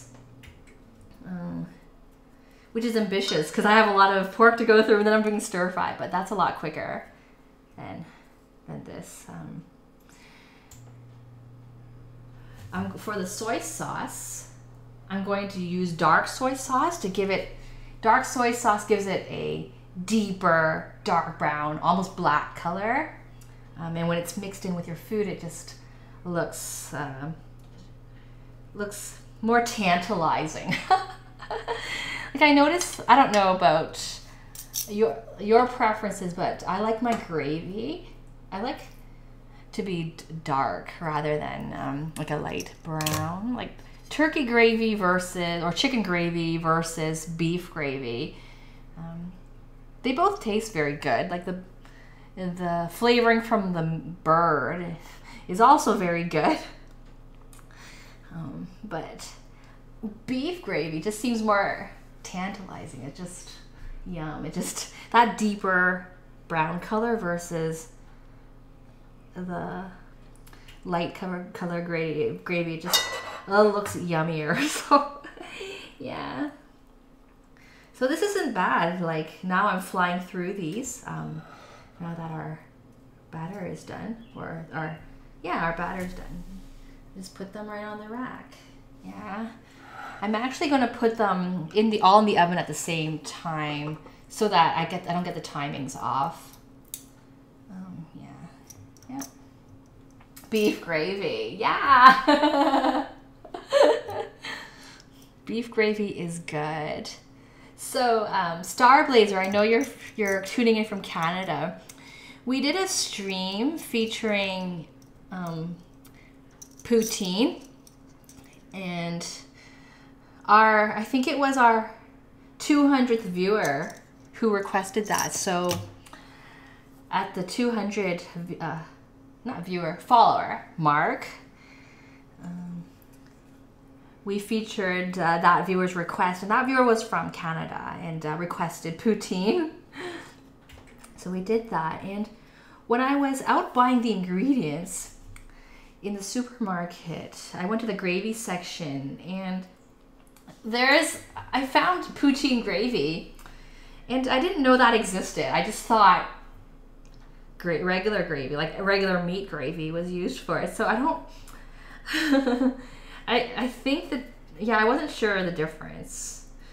I think there could have been a bit of cheese flavoring in there, if I'm recalling it correctly. But yeah, so that's the first time I've ever heard of poutine gravy. Yes, milk in a bag. And I often show things that are pretty Canadian. So let me grab that out for you.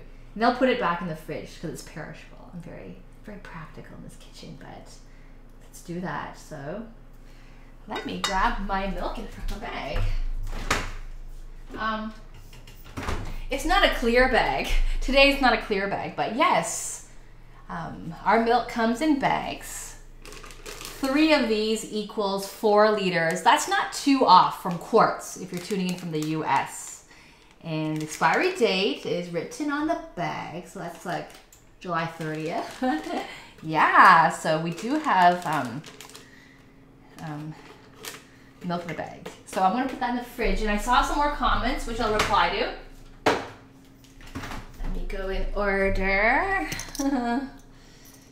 So yes, we got milk in a bag. So what country are you tuning in from? I don't think I caught it. Kerbal. Yeah, or maybe I did. Maybe you said, I think you said the US, but I'm not sure. So I don't want to get it wrong, so I'll let you confirm that.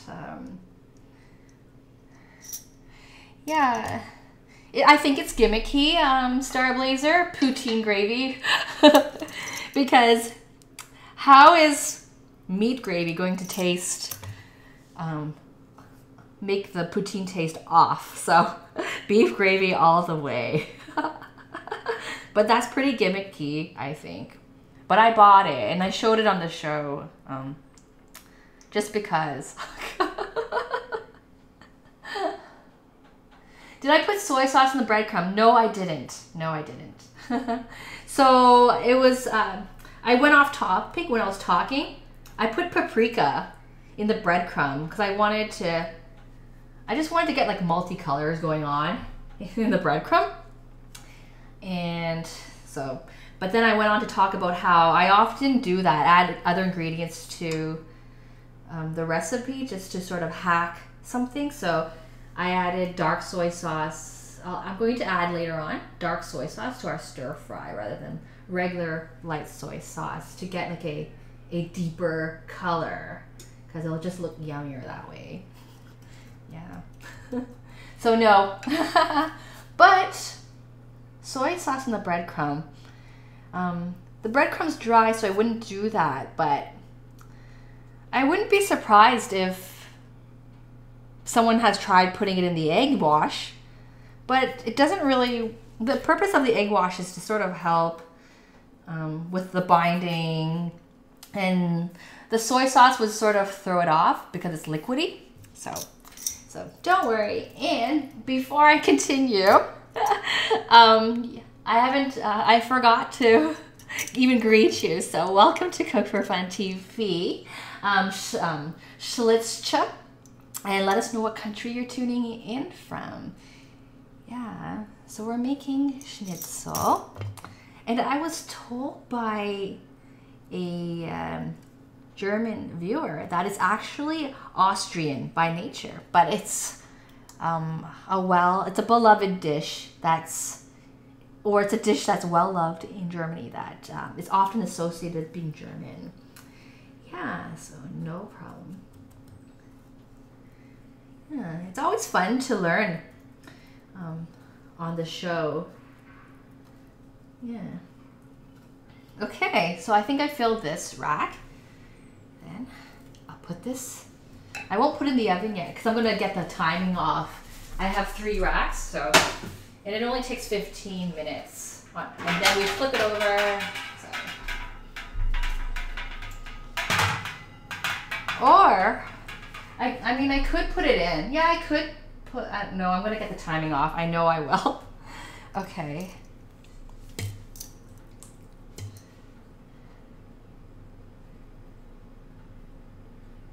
Oh, it would be an insult to put soy sauce. Oh. Well, nowadays, a lot of people practice fusion cooking. And it's not really because they want to change a recipe. It's just they want to give it a new, or give it a different,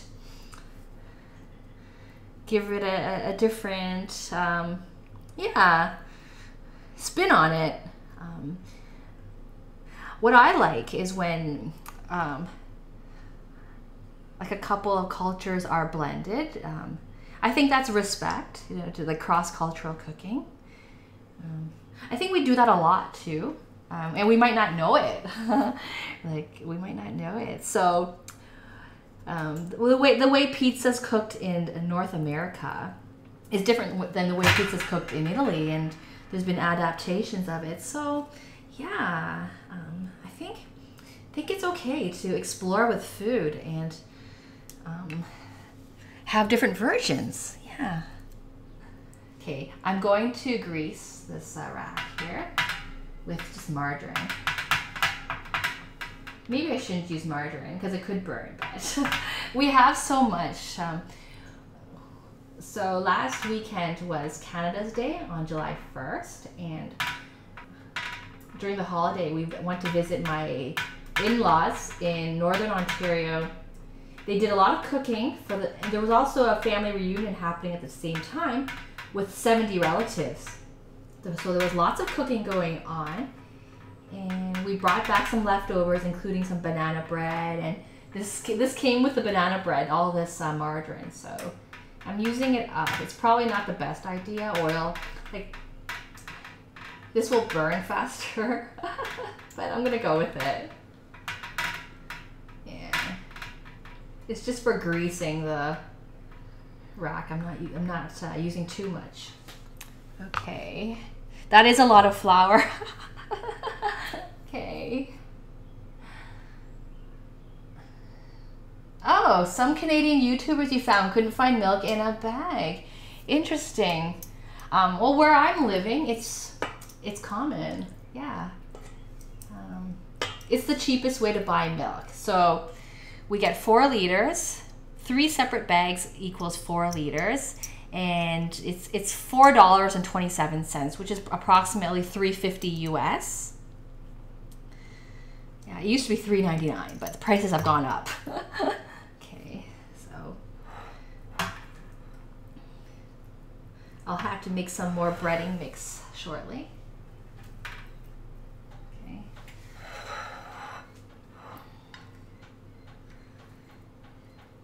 In the convenience store, though, it might just come in jugs or cartons. Yeah.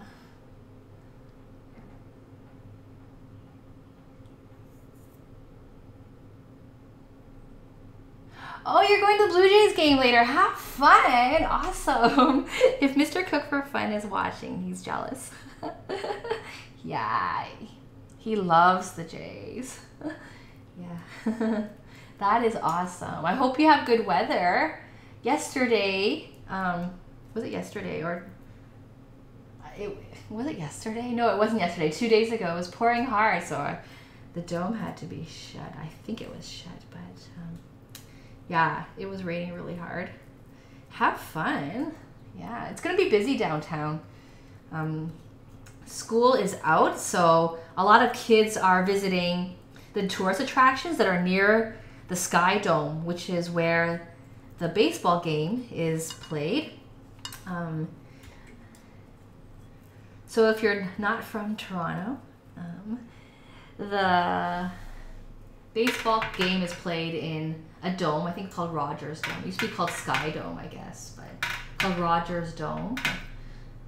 And the Toronto skyline features the CN Tower, which Canadian National Tower, with a ring around part of the top, and then there's a big baseball dome just right beside it. So the Toronto skyline has that shape, like the tower and the dome. Thank you so much, GayQUHT, for the follow, and let us know what country you're tuning in from. Yeah, so I know that there is a major aquarium beside the really close to the dome, and it's called Ripley's Aquarium. they've got sharks and really exotic marine animals or sea animals and fish. Just say fish, that's easier to explain. And because school's out, a lot of kids are going there. So my uncle was there on Thursday, so that's not even a weekend day. And he said it was so busy. Yeah. So be prepared. And one thing I like to do when I go down to downtown Toronto is buy vendor hot dogs. They're so good. Actually, I don't buy the hot dogs. I usually get Italian sausage or German sausage or Polish sausage. And the vendors usually have a lot of toppings to choose from. They have chili pepper, sauerkraut, pickles, tomatoes. It's not just ketchup, mustard, and relish. You've got a wide array of toppings. So I'm just doing the breadcrumb mix. I'm adding a bit more than just breadcrumbs, salt, and pepper. I added some parsley and some onion powder and garlic powder just for taste. Yeah. So yeah, have a street dog for me. They're so good. And if you buy them right by the stairs on Front Street, they're expensive. I think they're $5, the sausages. If you walk west a little bit near a building with an RBC sign, Royal Bank of Canada sign, that vendor sells it a bit cheaper than the other vendors. So if you see a lot of tourists, they're probably at the more expensive vendors. That's a tip. Yeah, you're probably going soon. It's almost 11 and the game starts at 1 p.m. So have fun. If you're parking there, it's gonna be pretty hectic. But there'll be lots of parking available. The green pea parking. Yeah. Okay. So we're almost got a few more pieces. I'll try to speed through this so that we can get to baking soon and then do the stir fry. Okay. Okay, so let me catch up. Yeah, that's good that you like to explore with food. There was one realization I made that really excited me, and still excites me, is that so for Italian blush pasta sauce, which is made with a combination of cream sauce and tomato sauce, I realized that it shares similarity with this Indian curry called Shahi Paneer. So Shahi Paneer is an Indian curry made with a tomato cream sauce. And when I was working in Brampton, Brampton is an area in Toronto, near Toronto, but outside Toronto. It's actually not far from Stargazer. It's not far from Mississauga. I would eat a lot of curry there, and I realized that I'm actually having tomato cream sauce, and I was thinking it's not too different from the Italian pasta sauce, but India is a totally different country. The difference is that the Indian curry will have more spices, but that just sort of changes it up a bit. But I was very delighted to sort of see that similarity between two very different countries, and thinking, you know what? If I eat this curry, this tomato cream sauce curry with pasta, it would probably be really, really good. So I quite enjoyed that discovery about similarities between cultures. Yeah.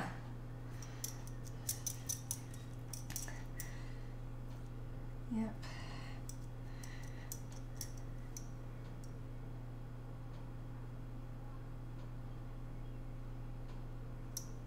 Oh, on Creative, you found a channel on watching plants grow. Interesting. Are these time-lapse videos, or it's live streaming where you have to wait for a long time? But that's interesting. Like for people who are into horticulture and gardening and teaching people how to properly or get better results in your garden. Yeah. Mr. Cook for Fun and I are regularly looking at gardening tips because we actually have a German garden bed called Hugelkultur. I think it's Hugel and then Kultur, Hugelkultur. It's a raised garden bed. It's supposed to retain a lot of moisture so you don't have to water as often, and it keeps your plants like healthy. Yeah. So we're into that, gardening and growing food. Oh, I need to pound this more. That's okay, I'll just put it in. Yeah. So, Schnitzel, you're asking if there's a delay of 20 minutes. 20 minutes. I think we'll be done. I'm not sure what you're referring to, but I think we'll be done coating these in maybe 10 minutes. We have another batch, but it's a smaller batch. And then it'll go in the oven. So I might have totally went off topic. I don't know. I was just guessing. Oh, okay. Oh. Oh, sorry if there's a delay of 20 minutes. There shouldn't be a long delay.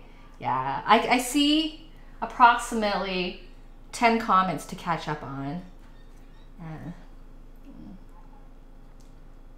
7 minutes. Okay. Well, thanks for stopping by, Schnitzel, and see you next time. Have a great day and enjoy the rest of your weekend. Oh, thanks for chiming in, Kerbal. Yeah, it's not, and there is actually a delay on Twitch. It's not super instant. Might be a couple seconds. I find that if I were to watch myself and have the volume on, I would notice that it's not perfectly synchronized. Okay. Wow, we're almost done. I hope I have enough racks. Okay. What to do if I don't have enough racks? I'll have to squish them onto, try to just, fit them on, force them on.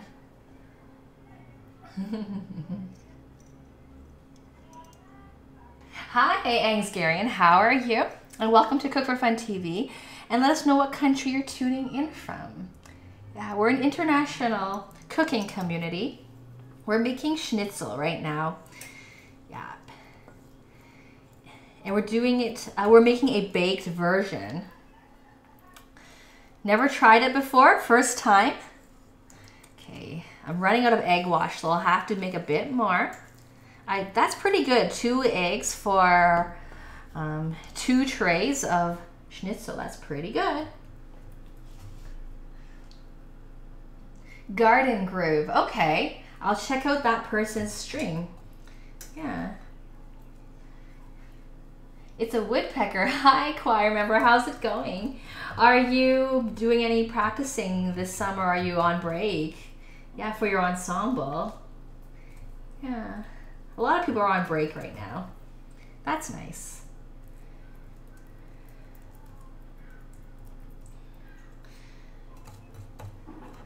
I've done a lot of learning about Latin food too on this channel. So when I showed people my what a taro vegetable looks like, I was told that it kind of looks like a yucca or a cassava. And one viewer from Trinidad said that in Trinidad they call the taro a dasheen. So yeah, learning lots. Break till 31 for marching. Marching, wow. And is this for a special occasion? Okay, we've got second tray done. All right, okay, we're gonna have to We've got this little tray here. Now we're gonna have to, I'm getting some more meat out. But we're not gonna fit all these. Wow, wonder what we'll do. Okay, what we might do is fit as much as we can, and the rest we'll have to save it for something else. Yeah, that's too bad. I wanted to sort of stick a lot in there. Okay, and I have to make more egg wash. What I might do now is do the ketone version for my husband. So for the ketone diet, they can only take 20 grams of carbohydrates per day, and they eat lots of vegetables. So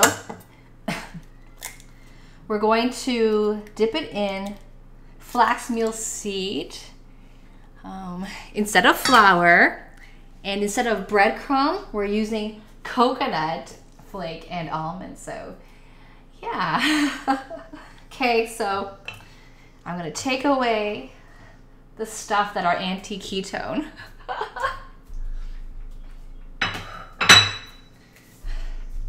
Change up our dipping plates. Okay, get our coconut. I have some grounded almond from before, so I'm gonna just toss that in here.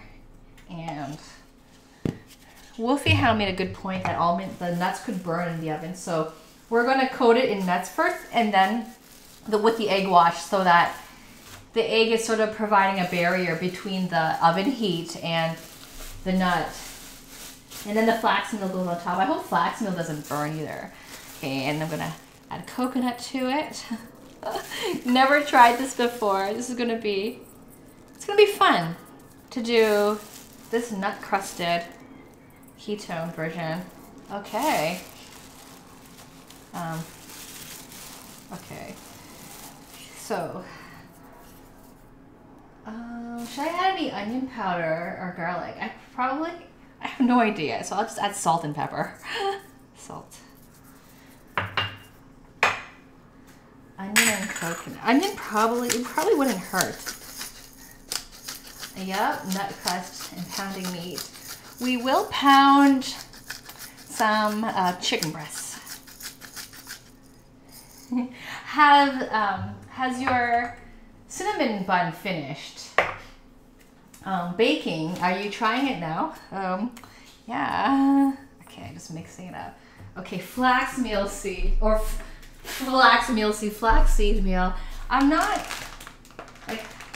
I don't eat a lot of these health food products, so I'm not familiar with working with them.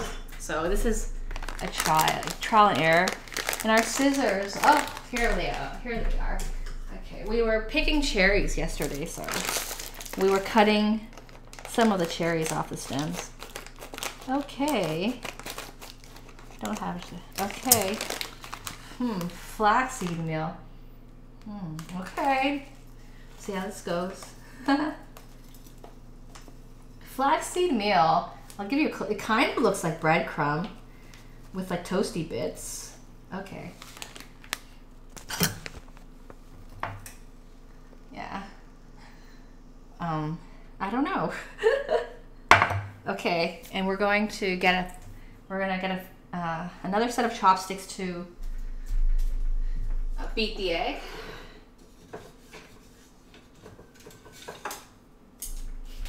Okay.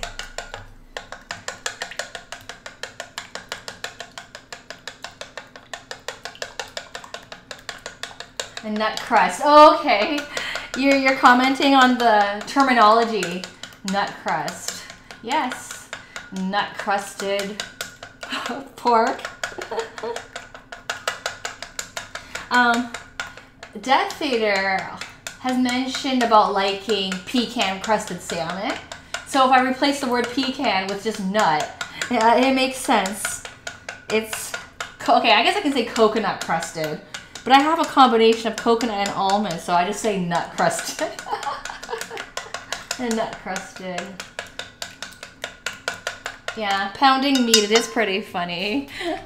Or tenderizing the meat. Oh, pounded chicken rolled up with cheese and such. Isn't that cordon bleu? Yeah, it's cordon bleu made with pork. But I've seen that. Or is it called no, I think it's cordon bleu, but yeah. Ah, I mostly eaten your cinnamon roll. Yum. Yeah, okay. Anything with chocolate tastes better. But it just roasts. Okay, got it. Barbacoa. Yes, yes. Yeah, barbacoa, absolutely. We made a carnita before, but yeah, I did see barbacoa when I was looking up the carnita recipe. Okay, peak for the win. Now I know what that acronym stands for. I didn't know before. Like sometimes I'm just not hip enough to know the lingo. FTW for the win. Okay. Hi, Laura Louise. How are you? Welcome to Cook for Fun TV, and please let us know what country you're tuning in from. Yeah, we are an international cooking community, and we just got a request for barbacoa, so I'll be featuring that in a future stream, and I'll send you a whisper, choir member, when we plan on streaming that, so that yeah, you can make a plan to watch it.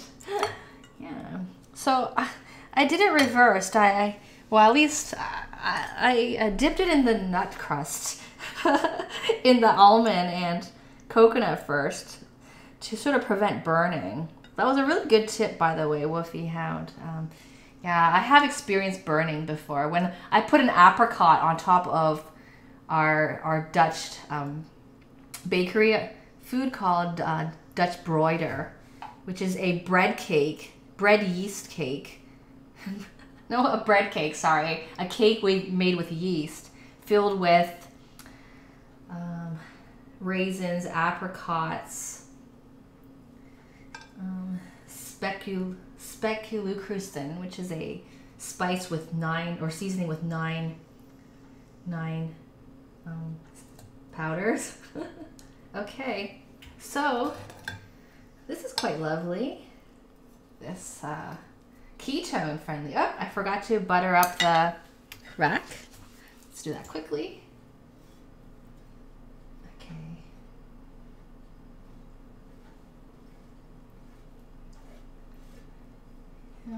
Okay. Oh, because it's not cordon bleu. Okay, so it's got another name. Yeah. I know what you're talking about. I made that before too. It's where you have to cut the chicken breast in an accordion fold format so that you can get it nice and flat, like really stretch it out, and then you roll it up. Yeah, I don't know what that's called either. Yeah. Difficult for Woofy Hound to eat. I'm sorry, Death Eater to eat. Sorry, for Woofy Hound to eat salmon. Oh, no, sorry, Death Eater to eat it. Leftovers. Yeah, it's not the same. But Mr. Cook for Fun brings it to work. The leftover. Any leftovers. Yeah. Okay. Okay, that's our first keto schnitzel made with coconut, almond, egg, and flaxseed meal.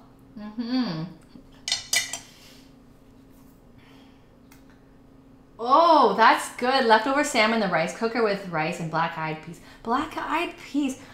I haven't made anything with black-eyed peas, but I should. Yeah.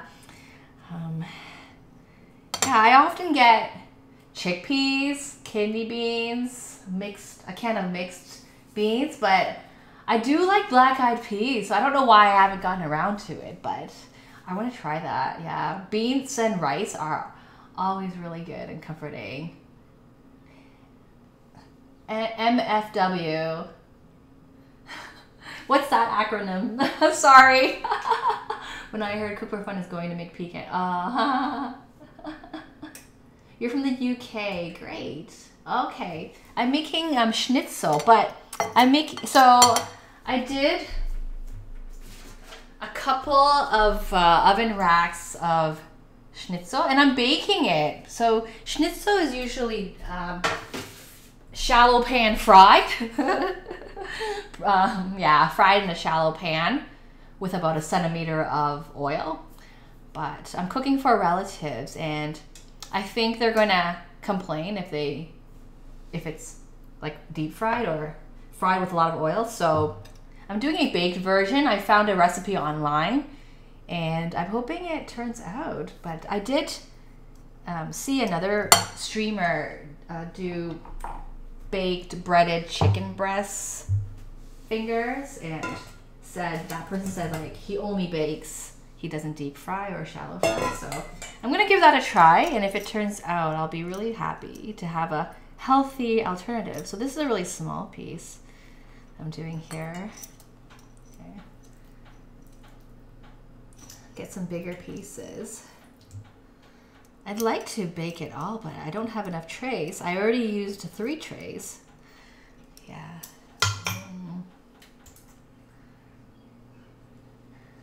Okay. Oh, barbacoa is almost always. Oh, okay. So it's a Sunday. Interesting. What? Why is it? What's the thing? I guess what's the connection with eating it on Sunday? Yeah. I'm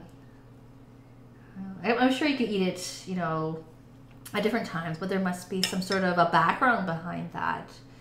Yeah, there's always a story behind food, which is fun. Yeah. Barbacoa, chicken rollades. Okay, that's it. Not that it doesn't really ring, like I've seen that word before. And I have made it once before, but it's not something I've had often. Yeah, chicken roll. Is it roulades? Is it French? Yeah. So it's perfect. All you need is a cow head, a hole in the ground. Cow head, a hole in the ground, and oh. So it was cooked outdoors, like historically, is what you mean. Well, that sounds very festive. Whenever you have,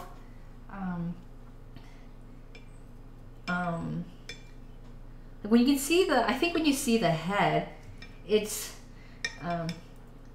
or at least the entire animal, I think there's something festive associated with that. So last weekend for Canada's Day, when we had our family reunion, we actually had a pig roast that was rotisserizing. I wanted to say was us turning in the spit, and like that was festive to see the whole pig. So every time you see the head, there tends to be something festive or celebratory associated with that. But cow head, yeah. Well, you can eat different parts of the cow. You can have the ears are really crispy. Yeah, it's not available easily in the grocery store, but at a butcher you can probably get it. And yeah, some chefs know how to cook with all parts of the meat. I think Angry Papa Pug, one of our viewers, is into butchering. He's a professional chef and mentioned he'd love to feature like cooking and preparing an entire hog on stream. So when that happens, I'll totally, I want to watch that. Yeah. Fish head stew is really good. It is. It is really good. I've never made it myself, but a lot of flavors come out of the head, and there's a lot of good meat around the jaw, around the cheek. The fish cheeks are really good. Yeah. Yum. Fish soup is really, really tasty. Yeah. My grandma used to make soup from the fishtail, because that was pretty easy to buy near her area. And it's got a lot of flavor. I think there's often a lot of flavor whenever you see bone, whenever there's bone. So bone. So I actually bought beef shank yesterday, and the meat includes all the marrow. So we're going to braise that. I'm looking forward to doing that. Yeah, slow cooking, because I'm always cooking is very similar food, like pork, ground pork, chicken. So I'm excited to try the beef shank in the slow cooker. Black-eyed peas cooked from dry with some beans with ham. It's really, really good. Yeah. Yeah. I had some during Canada's Day. It wasn't black-eyed peas. It was a different type of bean. I don't know. I don't know what type of bean it was. It was a brown bean, a really, really staple bean, and it had some ham in it. It was really, really good.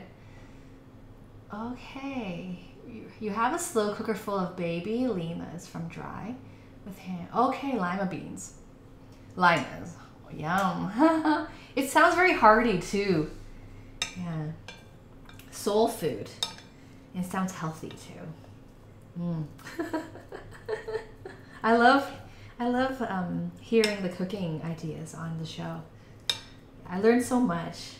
Mr. Cook for Fun is happy. After I started streaming, he noticed that he thinks my cooking has improved, so that's good. And I think he looks forward to eating. Okay, a little weak on the, that's okay, I'll just go with it. A little low on the flaxseed mix there. I'd love to get more meat fitting on the trays because we have so much. Okay, I'll pour some more flaxseed into here.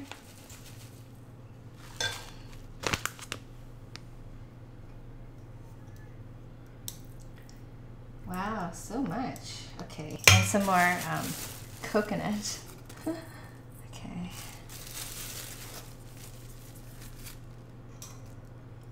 Authentic taste. That's true when you, I know I'm really delayed in commenting on your comment.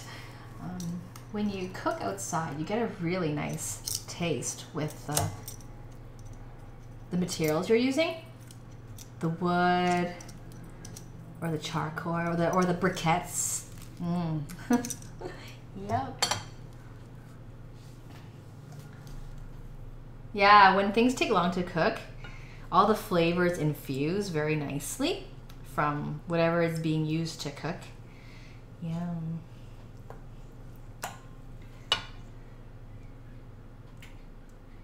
Oh.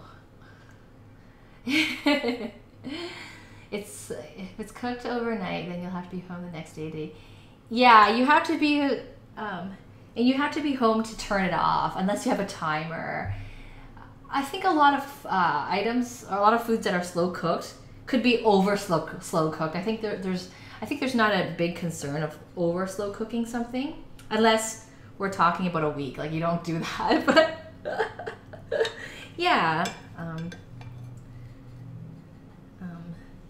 I like to slow cook overnight because most foods are ready in the morning, which reminds me, I'm going to show you some dehydrated fruit. We bought a dehydrator off Kijiji yesterday, and we started using it yesterday. We added sliced strawberries, pineapple, and mango. So I haven't looked at it. My husband has. He said it's ready.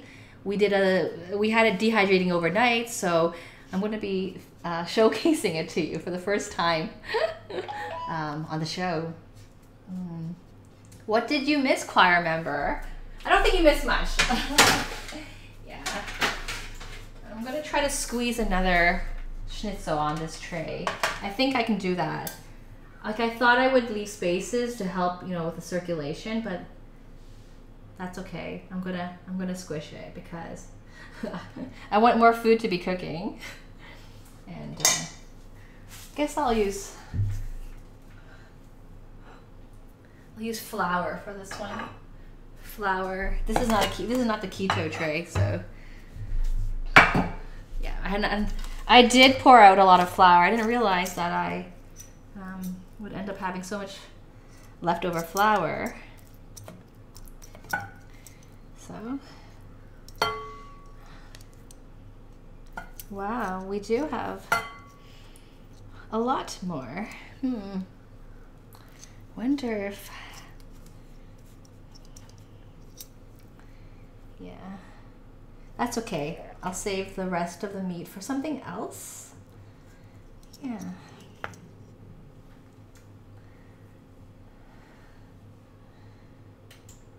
Oh, does Trophy has many?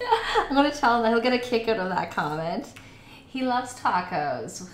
Yeah, for one of our dates, he made me fish tacos, breaded fish tacos with mango salsa. And I love tacos too. It's one of my favorite foods too. I think it's mainly because I like salsa. I think when you actually eat the taco, it's not a big deal. But when you add the salsa, like, that's FTW. That's for the win once you add the salsa. What am I doing here? Okay, because I'm reverting from breaded to keto, and now I'm back to breaded, so going back and forth between the versions. I've had to break down a whole 200 pounds. Whoa, you know how to do that. Wow, so you ordered your hog from a butcher. Wow, and you did that. Wow, that's talent. Wow, and a ton of lard. Yeah, yum. I don't throw out the lard. It's good stuff. Use it for cooking with. So good. Does it keep in the fridge for a long time? I actually have some in the fridge from a few weeks ago, so I'm not sure if I have to discard it. Yeah, because you end up with so much of it, and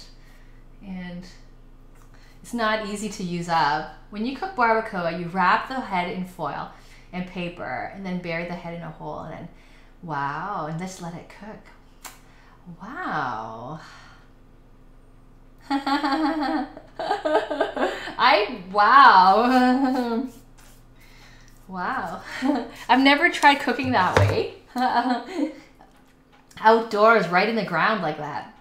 I'm choking on something. I don't know what it is. I don't know what got in my throat. Excuse me.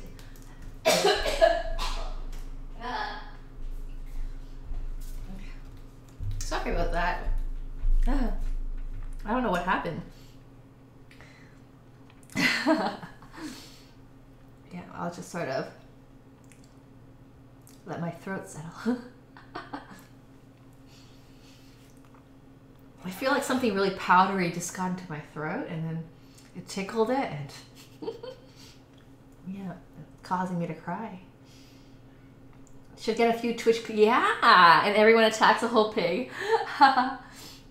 That would be neat. So there's one streamer, Rateni's Kitchen, and they have a really professional setup because the producer of it is it's not done. It's the producer of it is a professional producer and has like all these cameras everywhere, and featured a cooking marathon when they became a Twitch partner, and at certain times they featured Skype meetings with other streamers. So I was one of them, and we had a contest to peel an apple, to transfer rice grains with different utensils into another, from one bowl to another. Yeah, we had a contest, and then other streamers, one did a carrot peeling contest. One did cutting onions with a non-dominant hand. Yeah, so that was fun. But we actually haven't all been in one place. Or at least I'm not aware of any streamer that has set that up. I think we're quite dispersed widely. Yeah, I'm in Canada. Yeah. There's something here that's, I think it's, I'm going to blame it on the flaxseed because it's finely grounded, but I have no idea what that is that's causing my throat to act up. Overnight fire watch. Hi, Shining Bright, how are you? Thanks for tuning in again and hope you're well. And thanks for your subscription. That was really a lovely surprise. And I thought of you because you had mentioned you wanted to see crispy skin salmon. And a couple of days ago, I cooked it. I didn't stream it. I tried making it for the first time. I attempted it one time and it didn't work out. And so I tried it again. I followed the instructions down to a T and I got the skin crispy. So I'm excited to try that and I'll let you know once I stream that. It's not that hard and it makes a difference. After being able to make your skin crispy, there's more of an incentive to eat it. Mr. Cook for Fun, he won't eat the skin. He'll just peel it off and throw it away. But it's actually very healthy. It's loaded with your omega-3 and all the good fats are right under the skin, are right there. So it's healthy to eat the skin. So now that we know how to make it crispy, and really yummy. Yeah, it's a good thing to share and teach. So I'm looking forward to that, and I'll let you know. So barbacoa is usually eaten with corn tortillas. Yum. Do you know how to make your own corn tortillas? I think people can buy. You can buy tortilla presses or. Yeah, tortilla presses. Because I once followed a recipe that said to use a dish and press it really hard, and it just wasn't working. It wasn't super flat. Okay, I'm going to. I think I can't squish any more pork on the oven rack, so I'm going to go ahead and put them in the oven and set my timer to 15 minutes. Okay.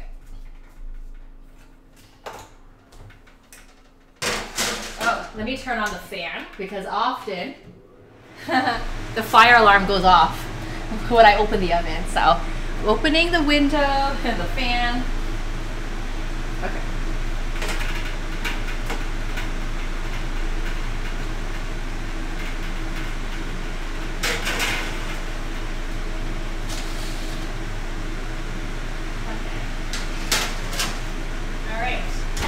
Timer.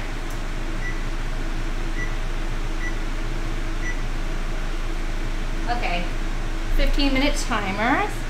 Okay, I'll put this meat away in the fridge. We'll have to do something else with it. Then we're gonna pound the chicken.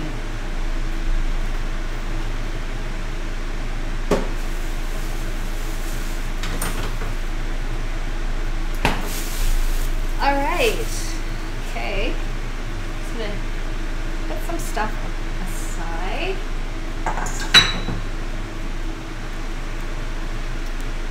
Okay, the suckling pig for a feast. It has to be ordered two.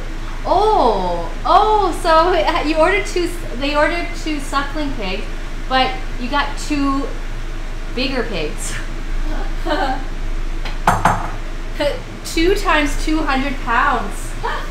That's a lot. And you need to have the space for it because a suckling pig could fit in a barbecue, but a 200-pound pig, you have to put it into a proper spit, like a big one. Wow. So you had to butcher it. Yeah, okay. Fresh lard is best kept in the freezer. Rendered fat can be in the fridge. Okay. I have rendered fat in the fridge, but it's been there for a month, so don't know if I can keep it. Hey, hi Elmira, how's it going? Whose idea was it? Actually, we have relatives visiting, so I just thought to do a repeat stream for Schnitzel. but we're baking it instead. I'll turn off the fan. Yeah, we don't need the fan anymore.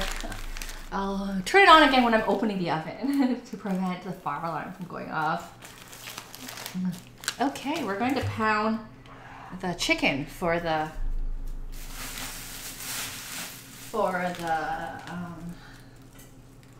stir fry. Yeah, just tidying up a bit.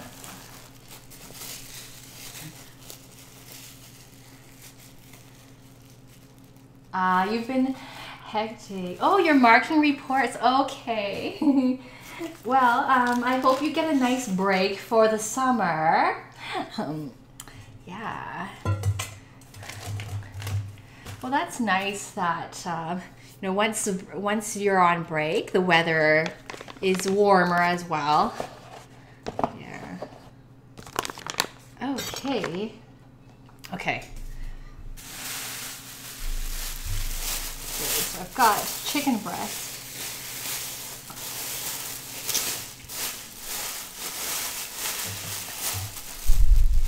Oh, I'm showing how you can see this. This is a Chinese supermarket, Sun Food supermarket. Yeah.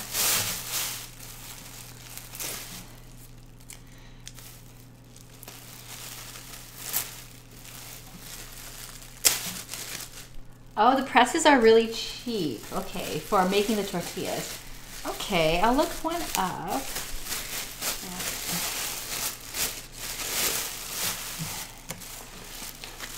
I haven't seen one in Toronto, but I think I can, if I search for it, I can find it. Mr. Cook for Fun doesn't eat tortillas anymore. So there's a lot of foods that I have to work on that by myself. Well, these are really large chicken breasts. Really, really large. Okay.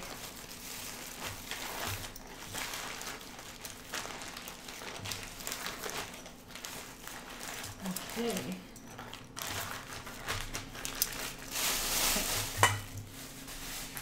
I'm going to make some noise as I'm going to pound this. I don't have to make it super flat. I just need to make it the same width. So the part that's thicker, I just have to flatten it so that the entire meat is even. So I'm following the YouTube video that I posted. Yeah, it's a different style of stir fry. I've never heard of chefs salting it, like drying it first, and yeah, so I really appreciate the techniques that I learned on this video.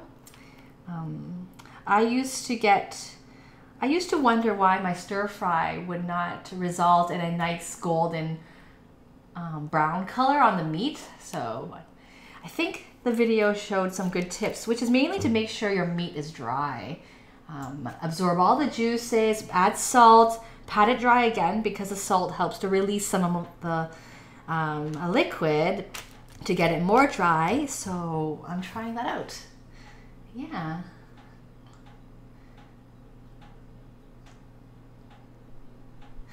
Okay. You had to. Oh, so you know how to break up the pigs, or you were making it up as you go. Like, that's not easy to do. You have to know where the joints are, where you can cut cleanly through it. You have to have sharp knives. So if you're working with regular kitchen items, you really have to know what parts to make your incisions. Yeah, that's not easy. Yeah. But I guess if you understand anatomy somewhat, you could figure it out, but still not easy. And you're working with it. You need a big area to work with. 200 pounds. That's, were you working on you might have been on the floor for that. That's a huge, and you had 2 of them. Oh, barbacoa is really high in cholesterol. Yeah, okay. Lower US and Mexico. Ah, okay. Interesting. Okay, how am I still pounding? So I'm pounding chicken breast, but I'm only going to pound it a little bit to get the thickness even. So, okay. Yeah. This is a pounding stream, a meat pounding stream. Oh yes, so we talked about rhythmic pounding earlier, about how we should pound to a beat. Yeah.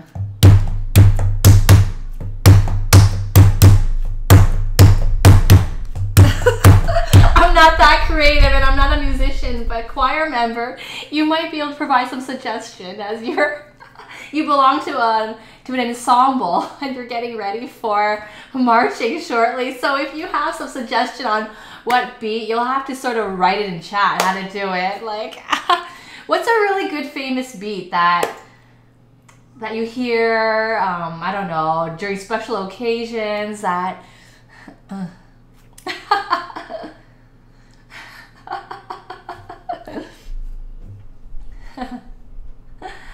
I'm thinking that song. I don't know the name of the song.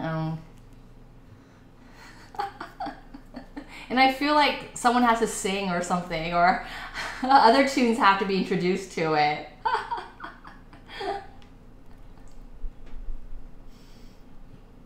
Oh, you had to resharpen the knives a lot for that. Yeah, I can imagine. 200-pound pigs. Yeah. And then storing it too. If you only had enough people to eat 2 suckling pigs, you had to store a lot of the pig. Hi, Nunez Benjamin. How are you?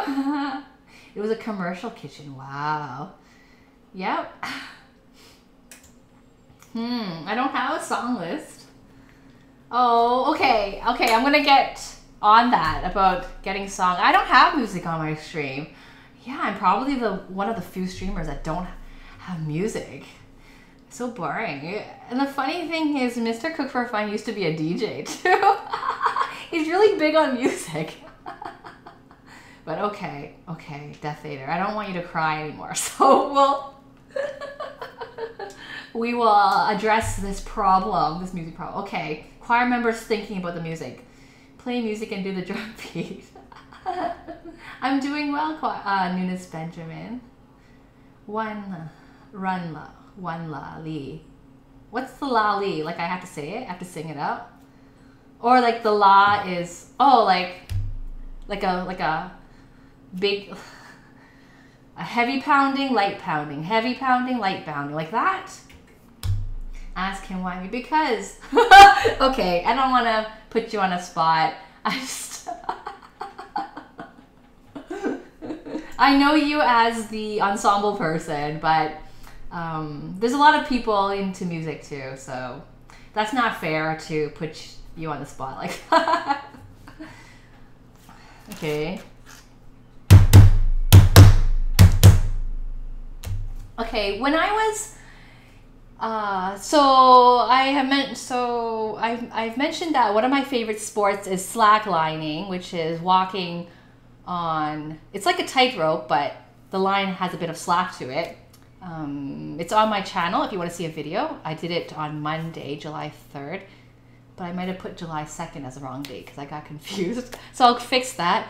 And I went to a tightrope walking camp in Korea, and there's actually a drum going when the person is on the tightrope to help the walker keep the rhythm. So it goes like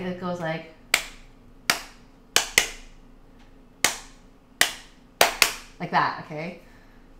And then you step at each like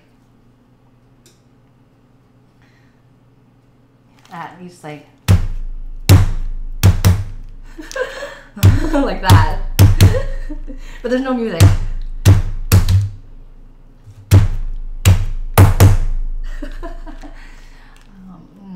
I wish I was more prepared for this. I'm sure we could pull off something really, really musical in this kitchen.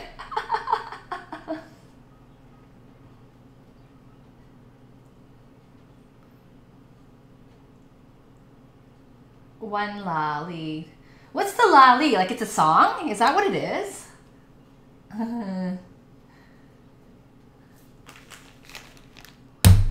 Yeah, is that a song? Is that actually a chant? Yeah. One lolly, two lollies, like that. Okay.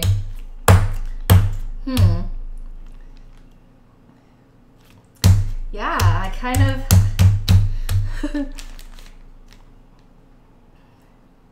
Okay.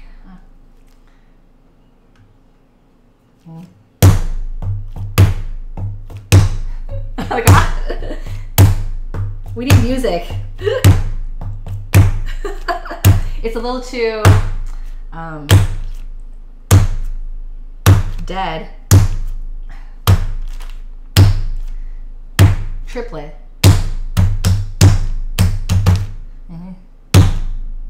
Triplet, okay.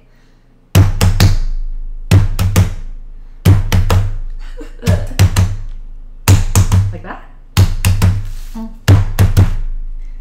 Can you like dance with it?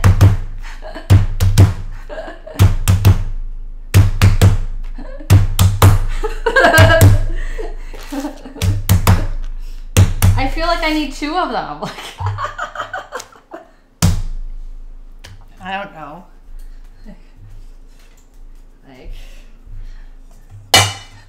Like some cymbals.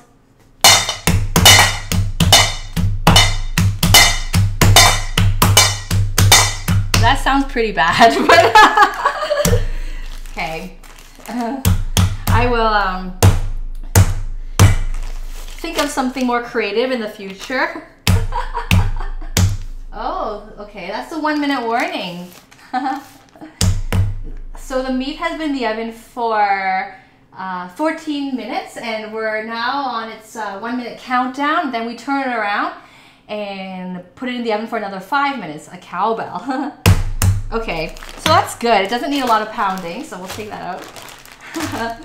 But that was a good suggestion, and we will entertain that idea. Once we have more preparation. And feel free to post on Twitter if you can think of a way to combine meat pounding and music in the kitchen.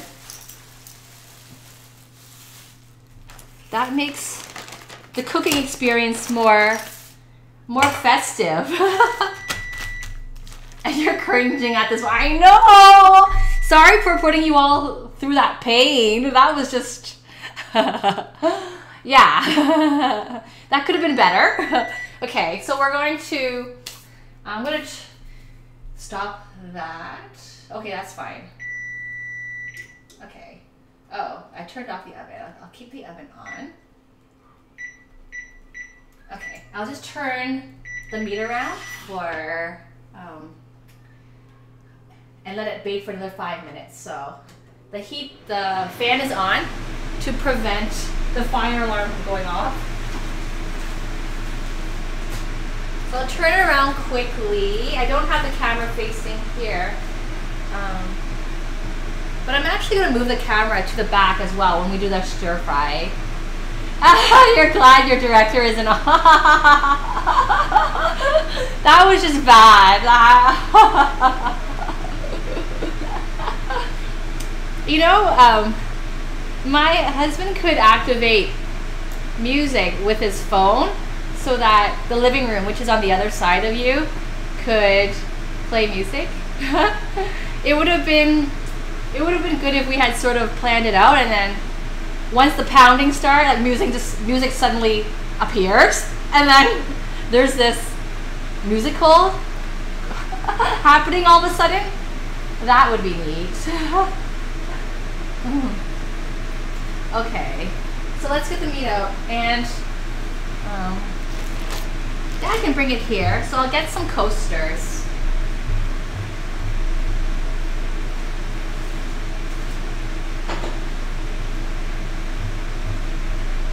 All right.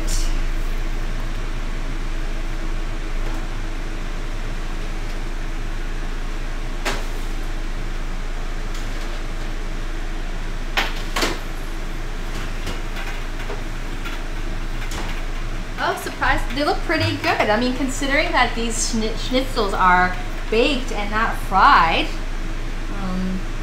they look good.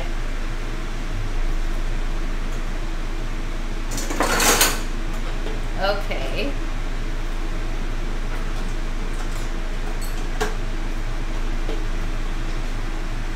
Just grabbing some utensil, like I did butter it or grease up the rack.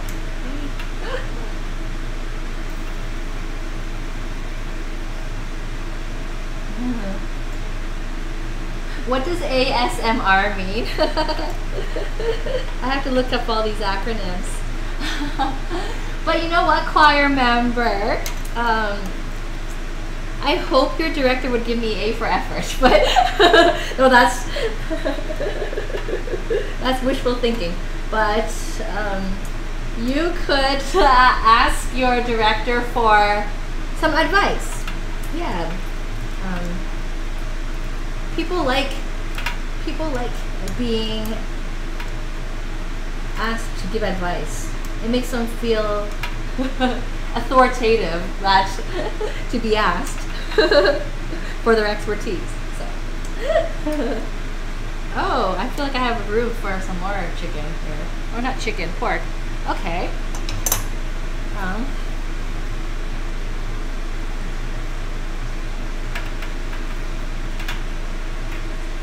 Sounds that feel good. Oh, autonomous sensory meridian response. I don't think I can ever remember that. Autonomous sensory meridian response. Sensory meridian. A sensory meridian. I guess like meridian, that would be like the equilibrium point.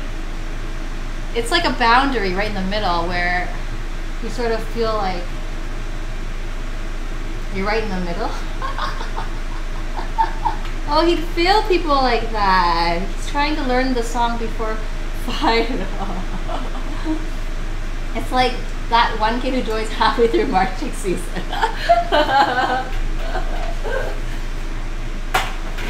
Okay, I get an F for fail. I'm a failure. But I'm now very interested in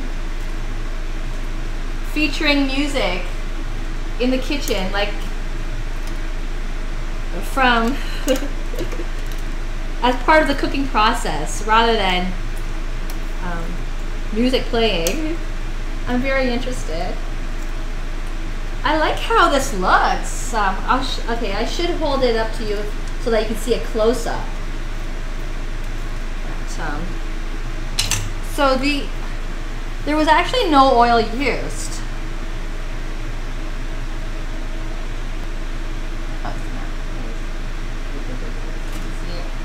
Yeah, not bad, considering there's no oil. So this is a healthy option.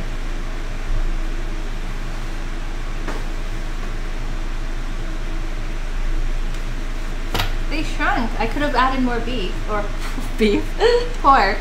So this is the keto one. I can really smell the coconut, and they haven't burned, so that's good. Okay, we'll see you later, choir member. Thanks for dropping by, and have yourself a nice day and enjoy the rest of the weekend. So barbacoa is your request. And I will do crispy skinned salmon for Shining Bright, and pecan crusted salmon for Death Vader. Okay. So this is the ketone one. It's coated with coconut, almond, and flaxseed meal. Okay. Great. Okay, so in the oven for 5 more minutes. That's nothing. 5 minutes. Barbacoa. That's right. So I hope I could do it justice.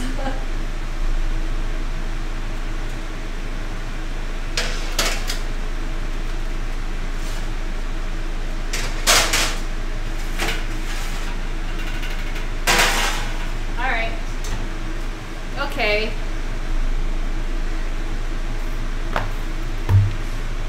We're gonna pound one more piece of chicken. Okay. I'll try this again. This is gonna be horrible. Okay. What kind of groovy moves could I do?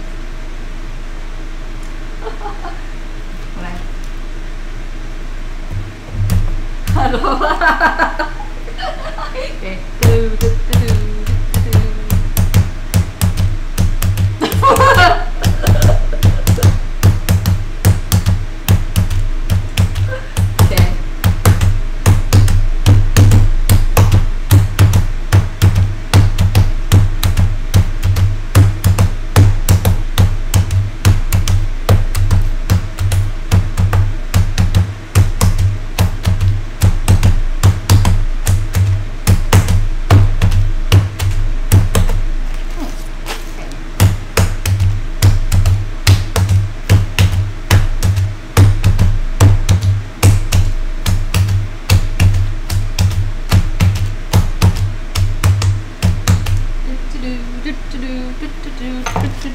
Okay. That was my attempt to be musically inclined. Okay, so we have this chicken breast. Okay.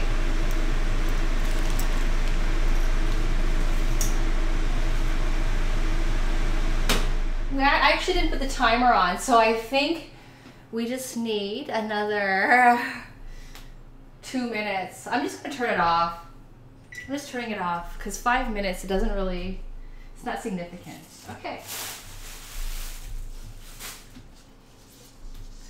All right, so an important step is to dry the, yeah, and I had this out ready, to dry the meat.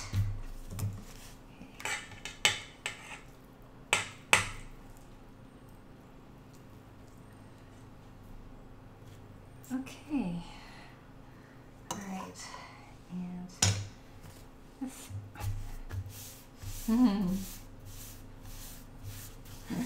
Thanks for the emote, Wolfie Hound.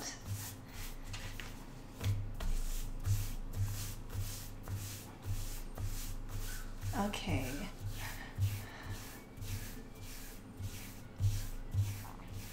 I'm going to grab a plate.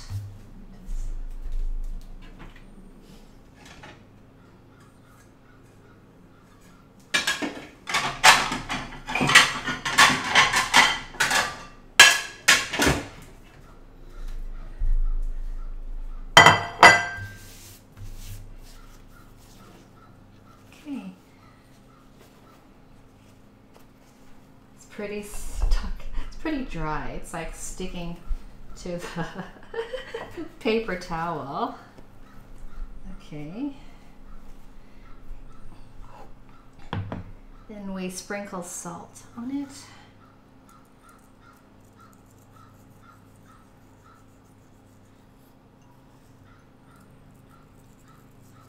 And that will help draw out more moisture.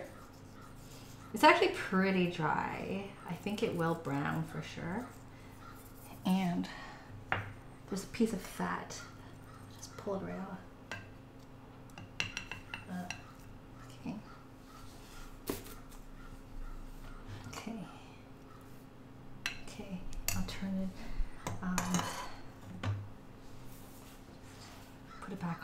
Put the towel back on. Flip it around and do the other side. Hello, cat. Is your dog upstairs sleeping, Nunes? Where's Winston? I think he's upstairs.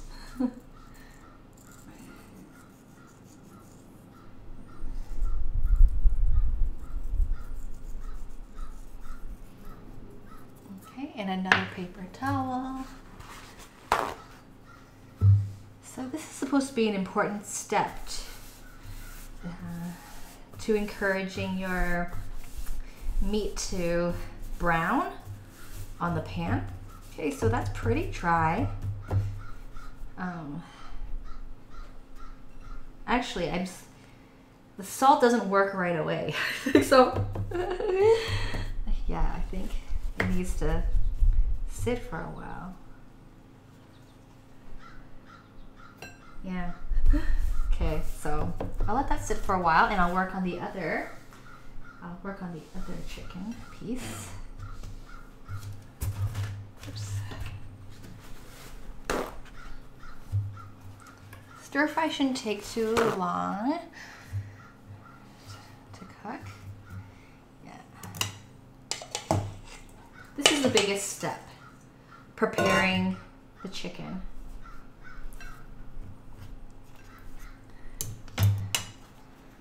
The other steps, stir frying the vegetables, doesn't take long because vegetables don't require a lot of cooking time. Okay. So I didn't put the pepper on yet because I wanted to put that on after drying the meat.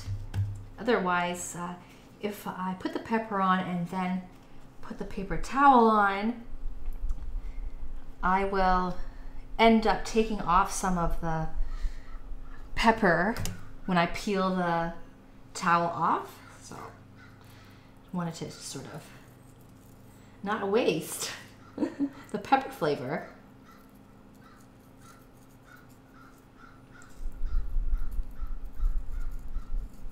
Okay. Okay. This one looks pretty soaked. I'll use a new one.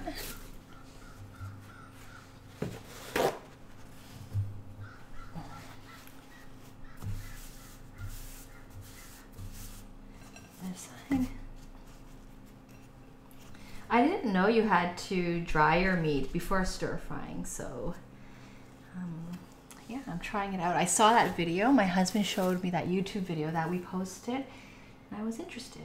Wow. So that's how you get your meat to brown. 'Cause, otherwise, if you have too much moisture, it comes out and then your meat ends up boiling in it rather than browning. So I didn't know that was a trick. That's exciting. The salt also helps to attract the moisture to come out. Okay. It's also why pickles are crunchy, because the vegetables have been salted. Okay, so this one, this should be ready, and then I'll put pepper on this one. Okay. Lots of paper towel. Extra moisture steams the coating so the coating doesn't get... Yes, that's right. Yeah. I didn't know about that tip before about drying it, so...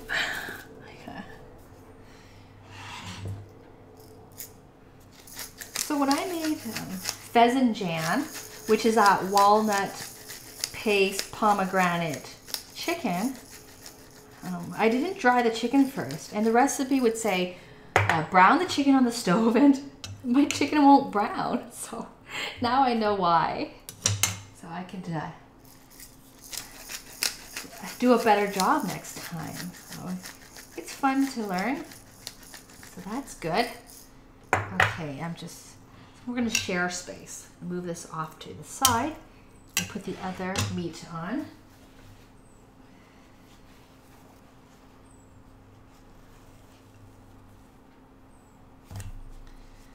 These are very big chicken breasts. Okay.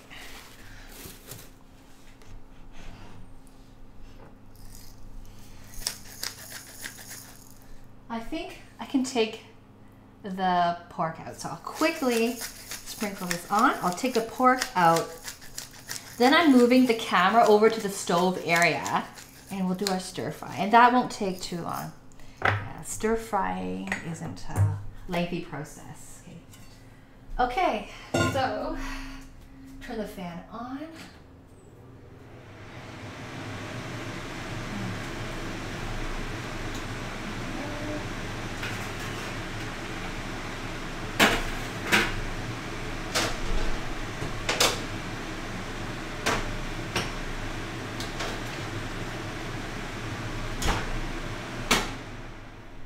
So, to show you, oops, put it down.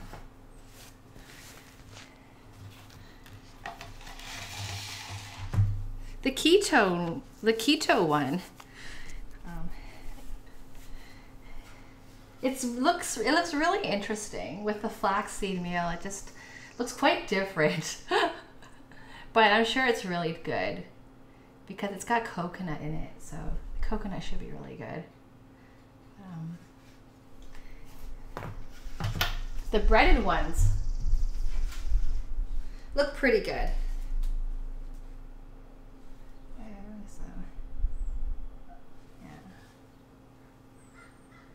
Yeah. So I'll let you know. I'll sample it when we're done to compare it with like how it tastes different from fried schnitzel. Okay, I'm gonna do a trick. I'm gonna stack.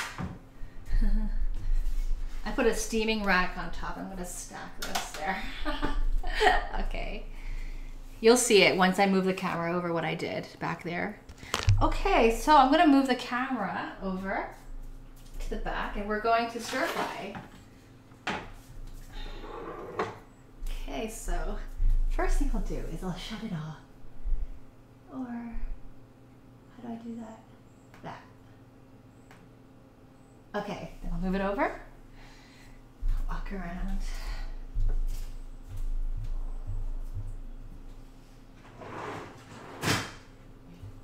Smells really good, the schnitzel.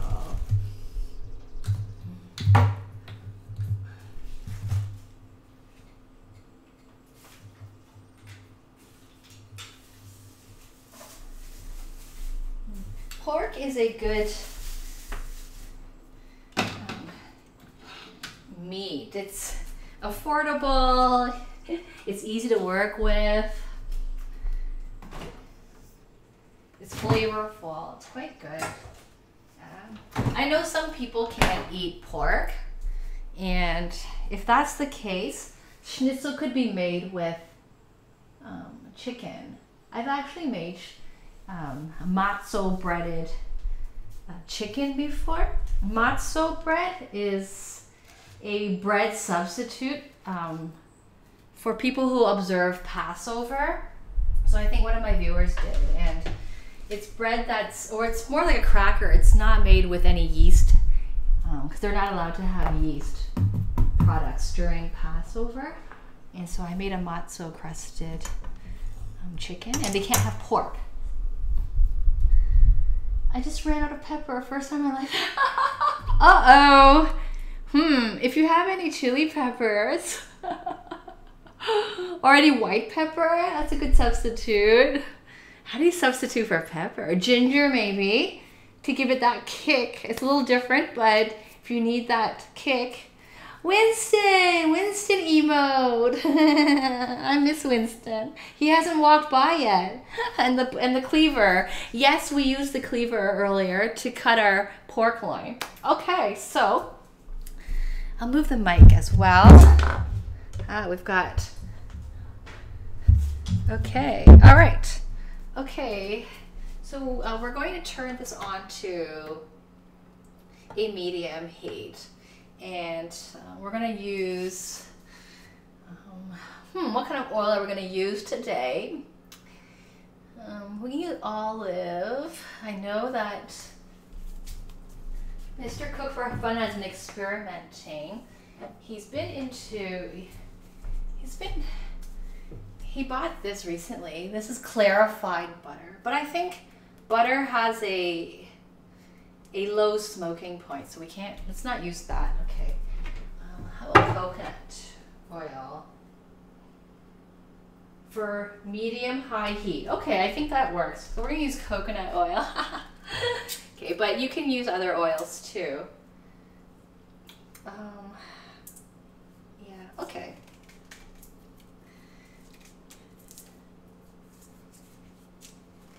I can't open it. Okay, put the rubber band back on.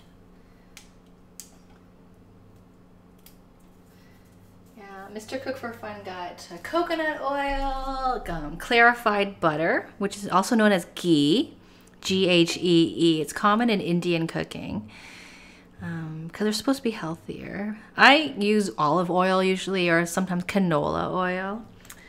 Yeah. So I'm connecting to chat on cooking. Oh, there's feedback. Because they're supposed to be healthier. I use olive oil. Hey, how do I turn off? Okay, I'll turn off the volume. Oil. Okay. I can hear from watching my own Twitch on the mobile. Okay, I can't open this. Okay, we're out of luck. We can't open this. So, hey Trump88, how's it going? Welcome to Cook for Fun TV, and let us know what country you're tuning in from. I couldn't see you in my mobile chat. I actually saw you. I actually saw you on the computer. So I'm just gonna use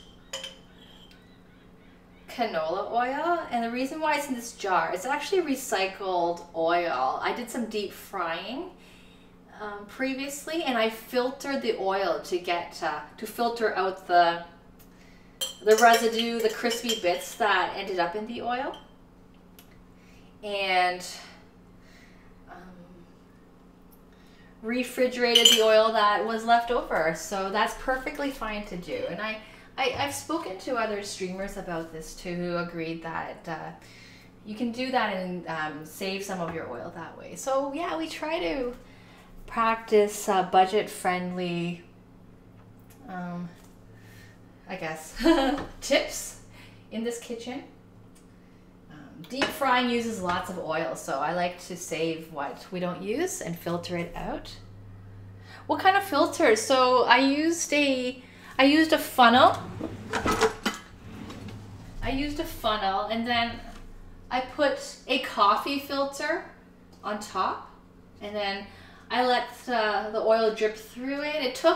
Often it would take a few hours because a lot of the batter from whatever I was frying would be left behind in really large chunks. So it would take a while for the pure oil just to come out. But yeah, and then I put it in the fridge, and it's good. You save some of your oil, because deep frying often takes at least 2 cups of oil, often 4 cups of oil, and that's a lot. That's really a lot. So does the oil get burned? So the oil, it turns into this golden color, and it's quite different from. So I actually used this oil. Oh, can you see? Yeah, I just it's like a lighter yellow, and then it turned more. Can you see it? It turned more golden, and the spoon is in your way. It turned more golden. Yeah. One streamer mentioned that if she's frying fish, she might not save it because it has a fishy smell to it. I think yeah, but I don't think you will get a heavy fishy smell because of all the how it gets fried up and cooked in the oil. So yeah, at that high heat. It does filter well. Sometimes I'm even putting the jar with the funnel and the filter right into the fridge so that it's slowly dripping into the jar overnight. I've done that before.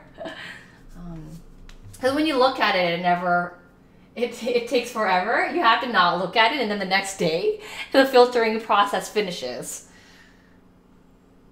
The oil shouldn't taste burnt. Okay, it doesn't taste burnt. It just has a nice golden color. So I normally deep fry.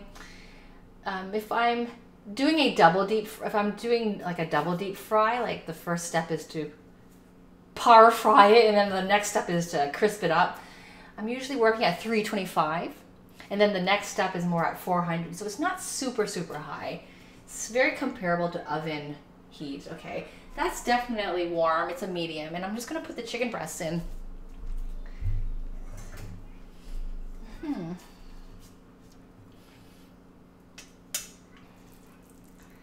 Okay. I guess I should put the fan on low.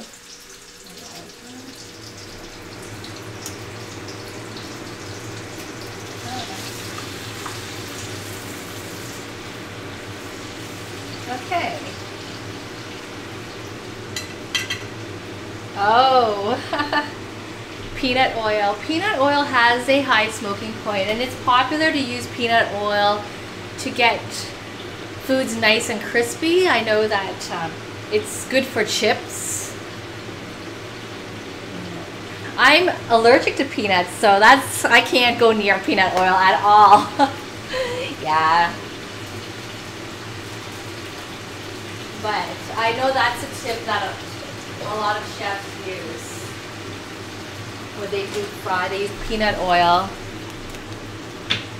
Yeah, so I'm just trying to tidy up here. So we're starting to get a white ring around, and it's on medium heat. Okay, I'll get a clean dish since this one was used for the raw chicken.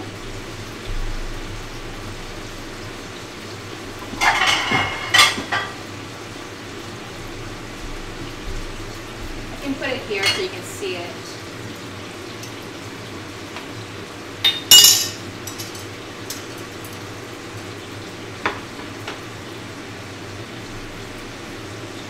Okay. I'm a little nervous. I hate overcooked dried chicken breast. I can't have boiled peanuts, no. Hi Luco River, how are you? Yeah, this isn't good for the surface, but I'll use it.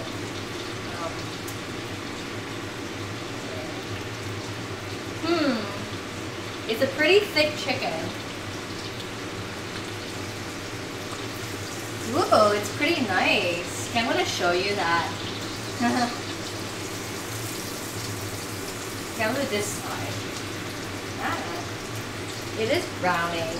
It's not super brown, but there are some golden brown speckles.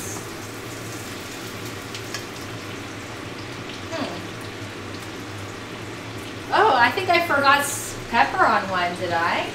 I don't know. That's all right.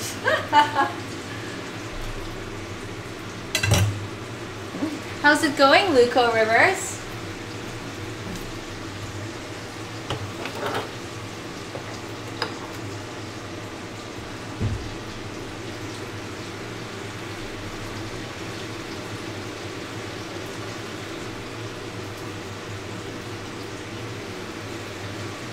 And so after it's done, or at least very close to done, I can put it aside and it will keep cooking on its own. Thanks so much for the follow, Zana. And please let us know what country you're tuning in from. We're an international cooking community. You're brainstorming. Okay, well if you need help with your blue sky brainstorming, holler, and you might get some ideas on this channel or through the chat community. I've been better. Yes, thanks for asking. I've had the flu for quite a while. It took me probably a week and a half to get to feel better health-wise. But after that, I continued to have like a bit of coughing. It just took a while to actually clear. And at times my voice might sound weird, but I'm not, I'm not wheezing excessively. Yeah, thanks for asking.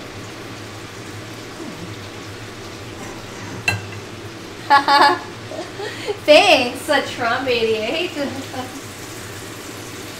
I hope my place looks better than McDonald's, but I do like McDonald's very much.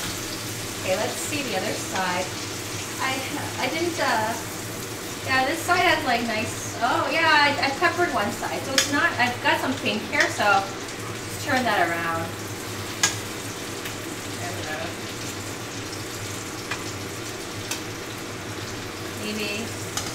Maybe they need to, I don't know, sort of shift spots. Okay. It's pretty thick.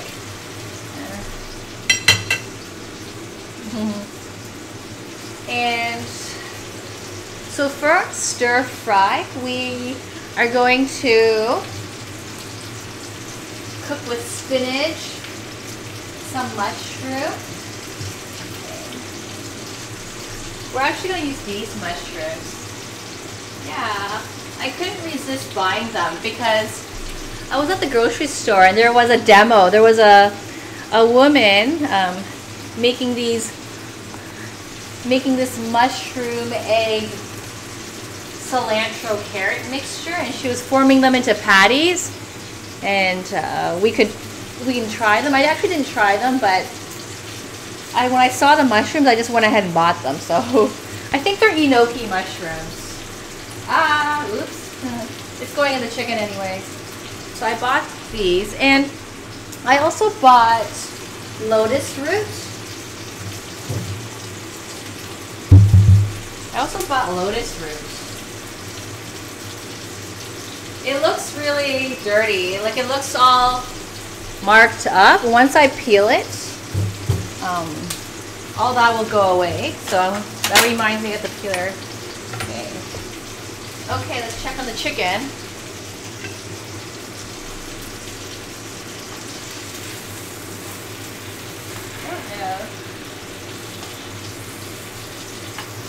I feel like it's not ready because I still see some pink. I see some pink on like the edge there. So I don't know. Maybe I have to just go like that.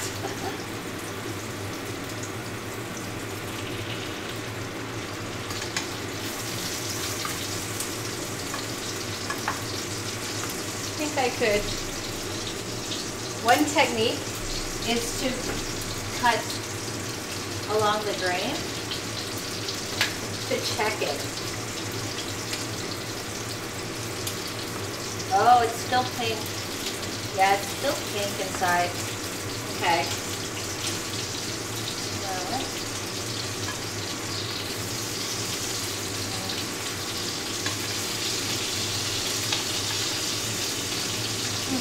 Getting to this side, yeah. Okay.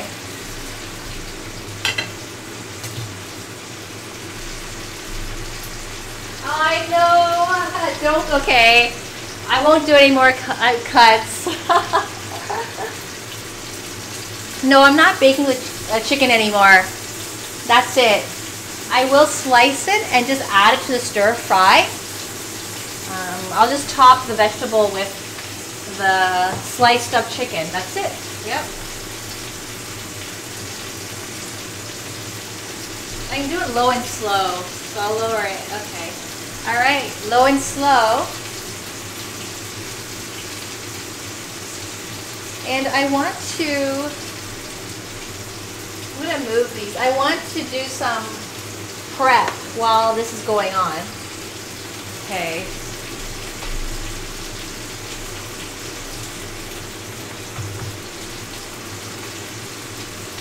The schnitzel smells really good. Really, really good. Okay. So it's so crowded back here.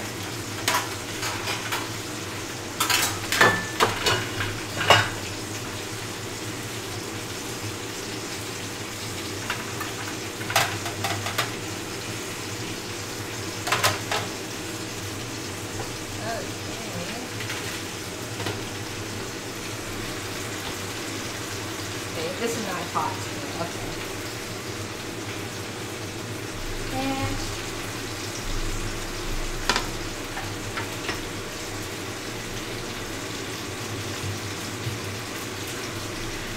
so I'm going to get this lotus root. It's got these holes in it. It's pretty ugly right now.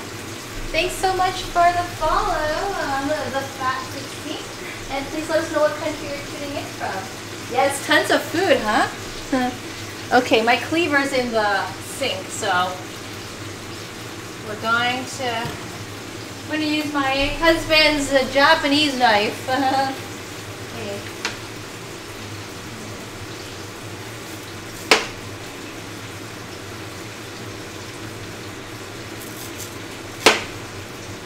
Oh, it's not that nice.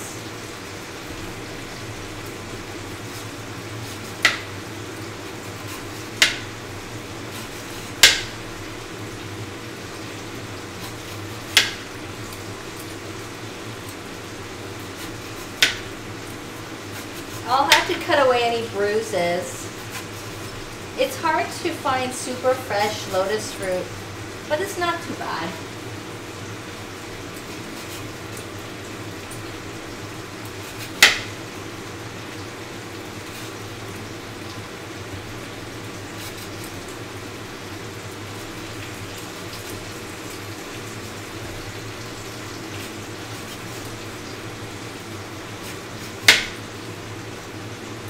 Yeah, the cleaver is in the sink, covered in meat juice from cutting the pork tenderloin. Ah, that could have been bad.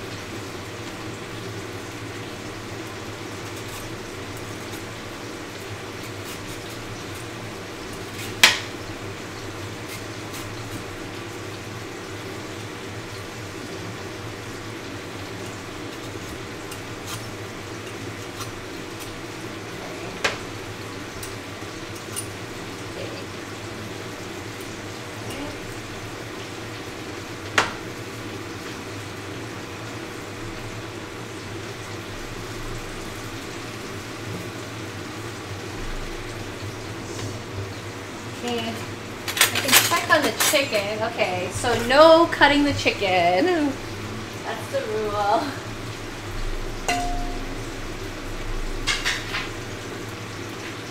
No cutting the chicken. Ooh, nice and brown there.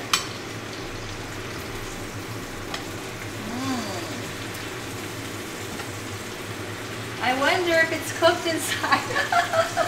Okay.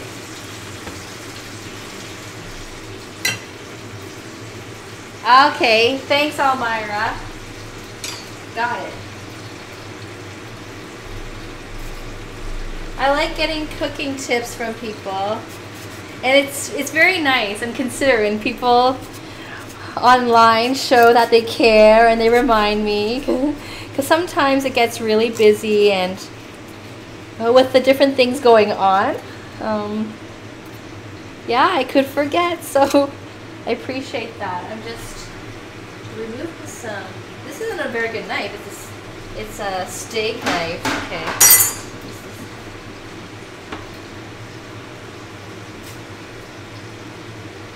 Getting off the bruisey parts.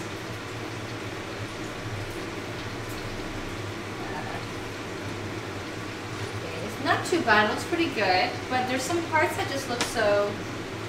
I'll just cut off this whole section. Okay, that. Kind of nice. I wanted to feature on the show because it's quite pretty. Golden look with brown edge where the meat is directly to the pan. Best chicken. Okay.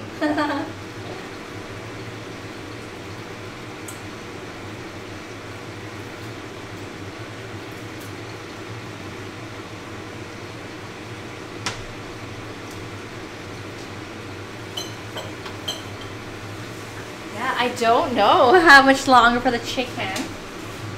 So, Mr. Cook for Fun is signaling me to show you our dehydrated fruits. So let me do that. Yeah. Okay. What I'll do is I'll just switch it over to the other camera quickly. We haven't forgotten the chicken. So, bring the Yeti a little bit closer. So,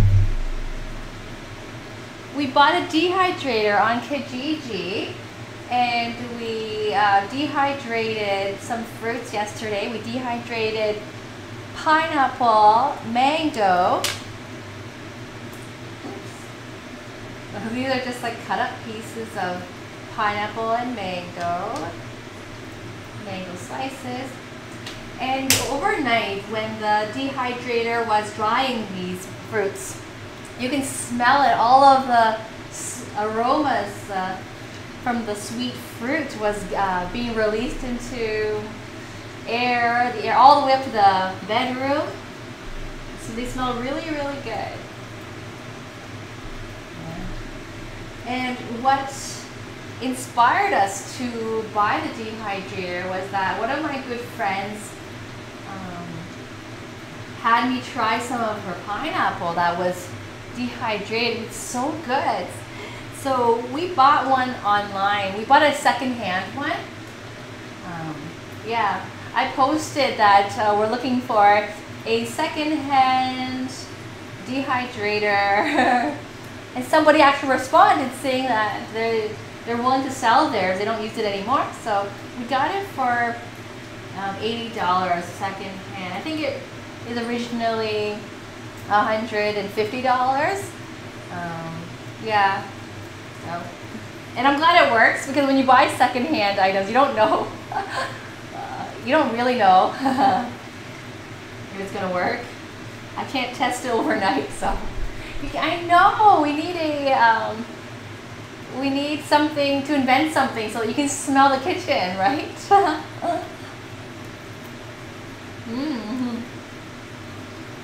It's just like eating candy, but it's not candy, it's fruit. Dried fruit is great, but now we get to make it, and we have cherry tree, pear tree, and apple tree. So once the fruits are ready, we'll harvest them and dry them. So that's pretty exciting. Okay, let's check on the chicken.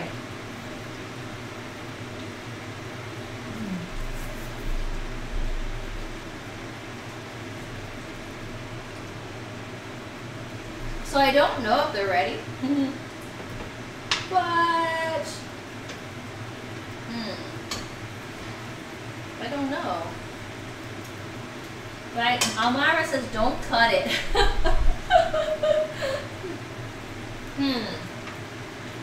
Okay. I'll keep it on there. I don't want to overcook it. Okay. Sort of watch it. I'll just slice up this lotus root a little bit longer. Okay.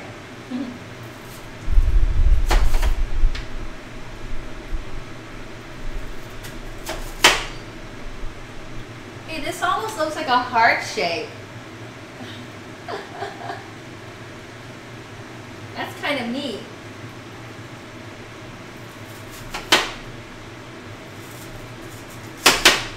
Move this to keep it more clear. Usually you poke it with a finger and see how raw is squishy, cooked is firm. Okay. Okay, I'll poke it. Raw is squishy, but it's pretty thick.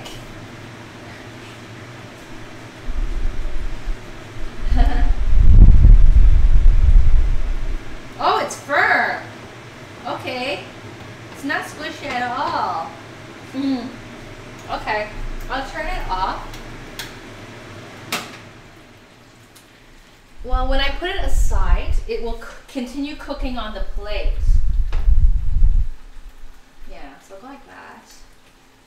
And then I'm gonna keep the chicken juice in the pan, and it's supposed to sit for like 5 to 10 minutes.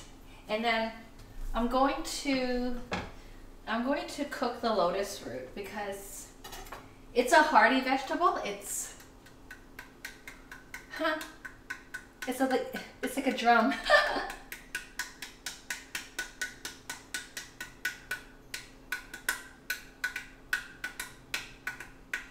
Okay. That was the beat of the lotus root. And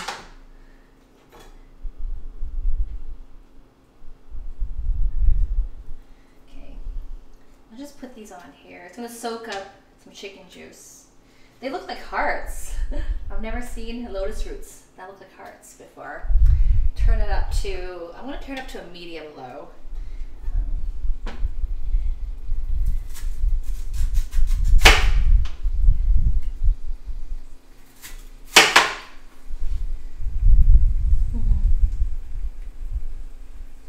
Yeah, it's kind of like a carrot in a way. But I do love the heart shape. It's nice. And I didn't know when I was buying it that the shape would be a heart shape when I cut it. So that's a nice surprise, and I'm glad to share some hearts with you.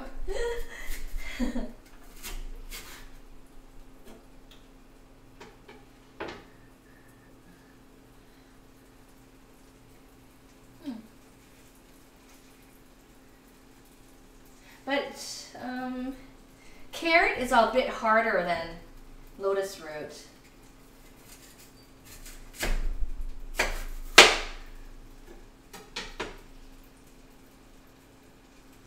What do you mean more wood, Elmira? Do you mean more heat? Oops, that's not a pretty shape, so I won't waste it.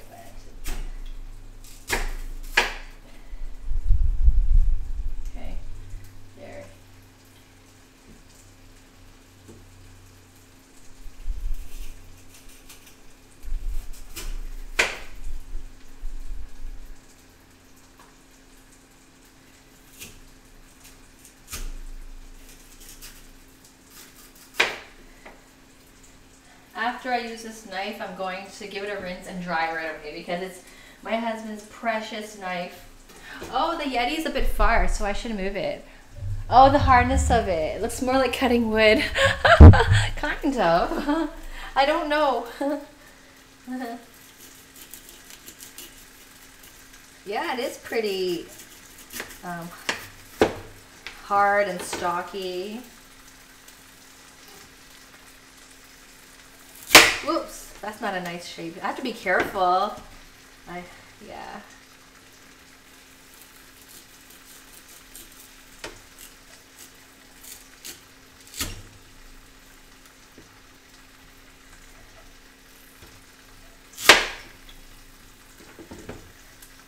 So let me describe how a lotus root tastes like.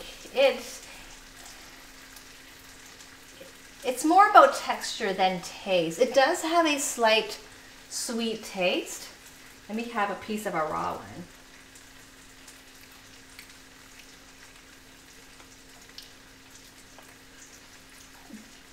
It almost tastes kind of like having coconut, where you're chewing a lot and then some of the juice comes out when you're biting.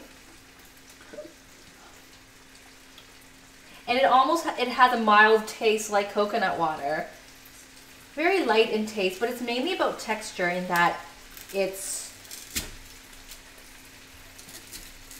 chewy.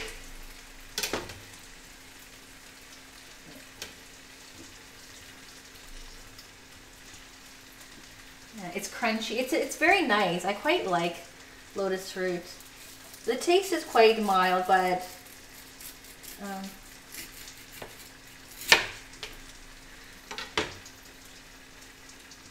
I like the idea of lotus root because I just love the shape and I love the holes in it. It's quite fun. So I thought I'd show it or feature it on the show because of the way it looks. It's interesting.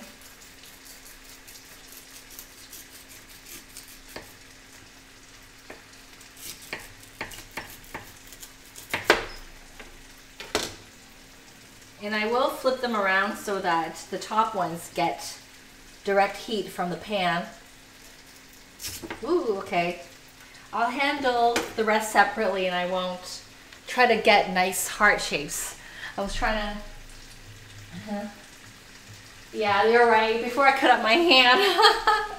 Okay, I'll just cut it up without getting nice heart shapes for the rest.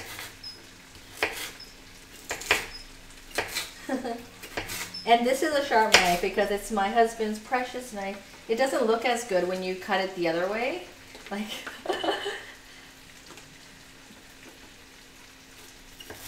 okay, I guess,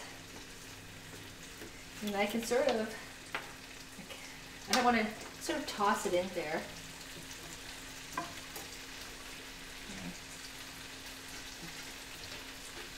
Okay. Okay, I'll leave this here for now. We only have zucchini to cut up. Zucchini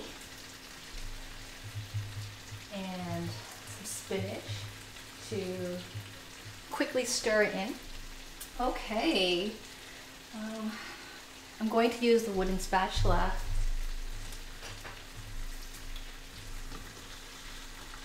I could use chopsticks, which is easier for me because I could pick them up precisely.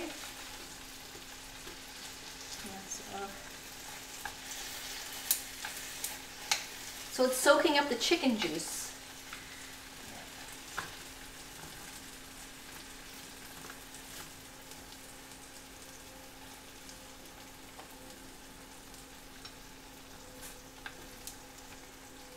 I like how I can hook the rings of the lotus with my chopstick.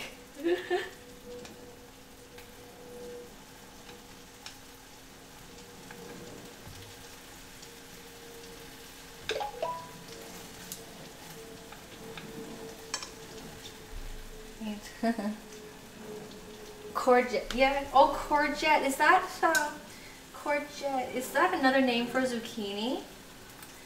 Courgette. I know eggplant is also known as aubergine. So I think, yeah, zucchini's also has another name maybe?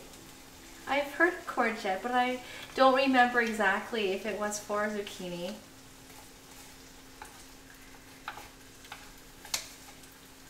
Okay, I'll let them sit there. They're a bit hardier. And I have it on low heat so there's no burning. This one needs to get direct heat. It's quite thick. Okay, let's move it. It looked nicer when I first arranged it. Okay, I'll put the heart ones right in the middle.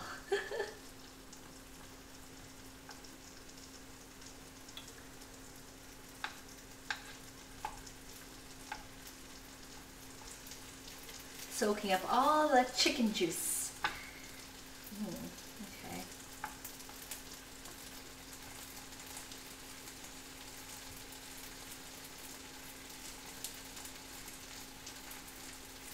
So we have a pile of hearts overlapping each other. Okay. Okay. So let's cut up the zucchini. Hey DJ Fart Butt, how's it going? One is from Italy and the other one is from France. Oh, okay. Okay. I'm going to guess that zucchini is Italian and courgette is French. Interesting. Yeah. Okay. So my zucchini here. And I'm going to do a diagonal cut because that'll look nice too. So. And I don't like overcooked zucchini. I like a little bit of crunch. Yeah. If Luco River is on, Luco River makes zucchini relish. That sounds nice.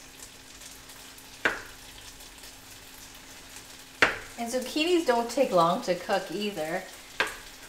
Okay.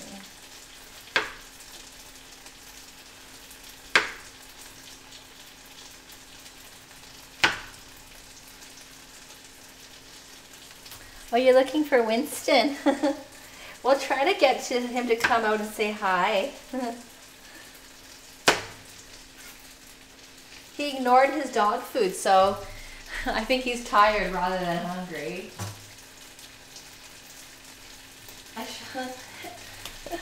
Is there something wrong? Oh, hi, Radio Eugenics. How are you? Welcome to Cook for Fun TV. Oh, tell me how else to cut it. Yeah, we cook for fun here, and we just cook in our home. Yeah. What's the other way to cut it? But that's nice that I'm being hosted.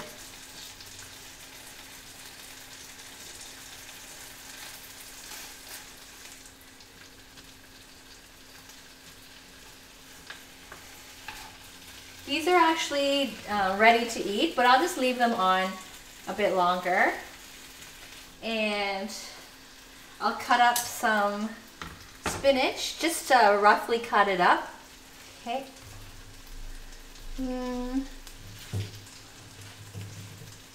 Tip of the blade down. Oh, okay, like that. Like pointing down like that. Okay. Okay, got it. Okay, I'm gonna give this knife a rinse. You can't see it in the little camera or the main camera anywhere. And then to dry it because it's my husband's precious knife. Cooking versus chefing. Chefing. Thank you. Yeah, we don't like to impose rules here, but it's good. I don't mind the feedback. Yeah. I want viewers to believe that cooking is accessible and be comfortable in cooking their own way and not being afraid to experiment or substitute ingredients, because I realize that viewers from different countries might have access to different ingredients. So there's always a way to substitute.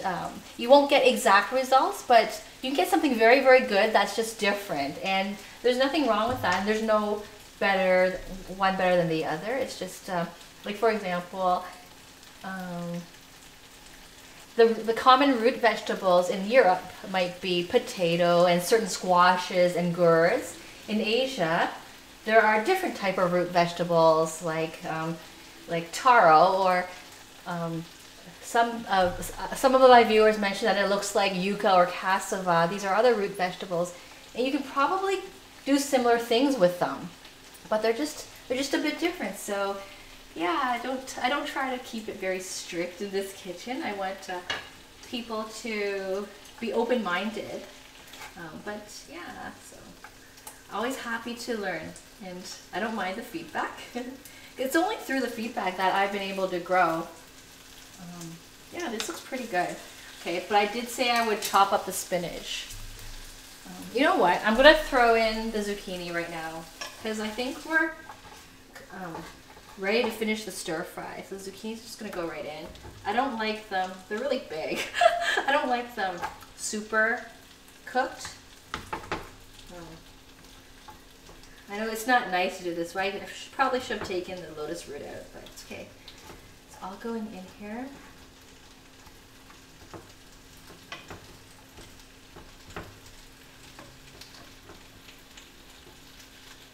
You know what? I should take it out. It'll be better. It'll be more aesthetic. Okay. Running out of bowls. Oh, safety precaution. Yeah, that's true. Thank you. Okay. So, okay, no problem. You've been fasting for, okay. What's the purpose or objective of your fasting? Is it a personal goal of yours or something that you do as part of your community? Yeah. I was, I guess, sort of fasting on Monday because I went to a family reunion last weekend, and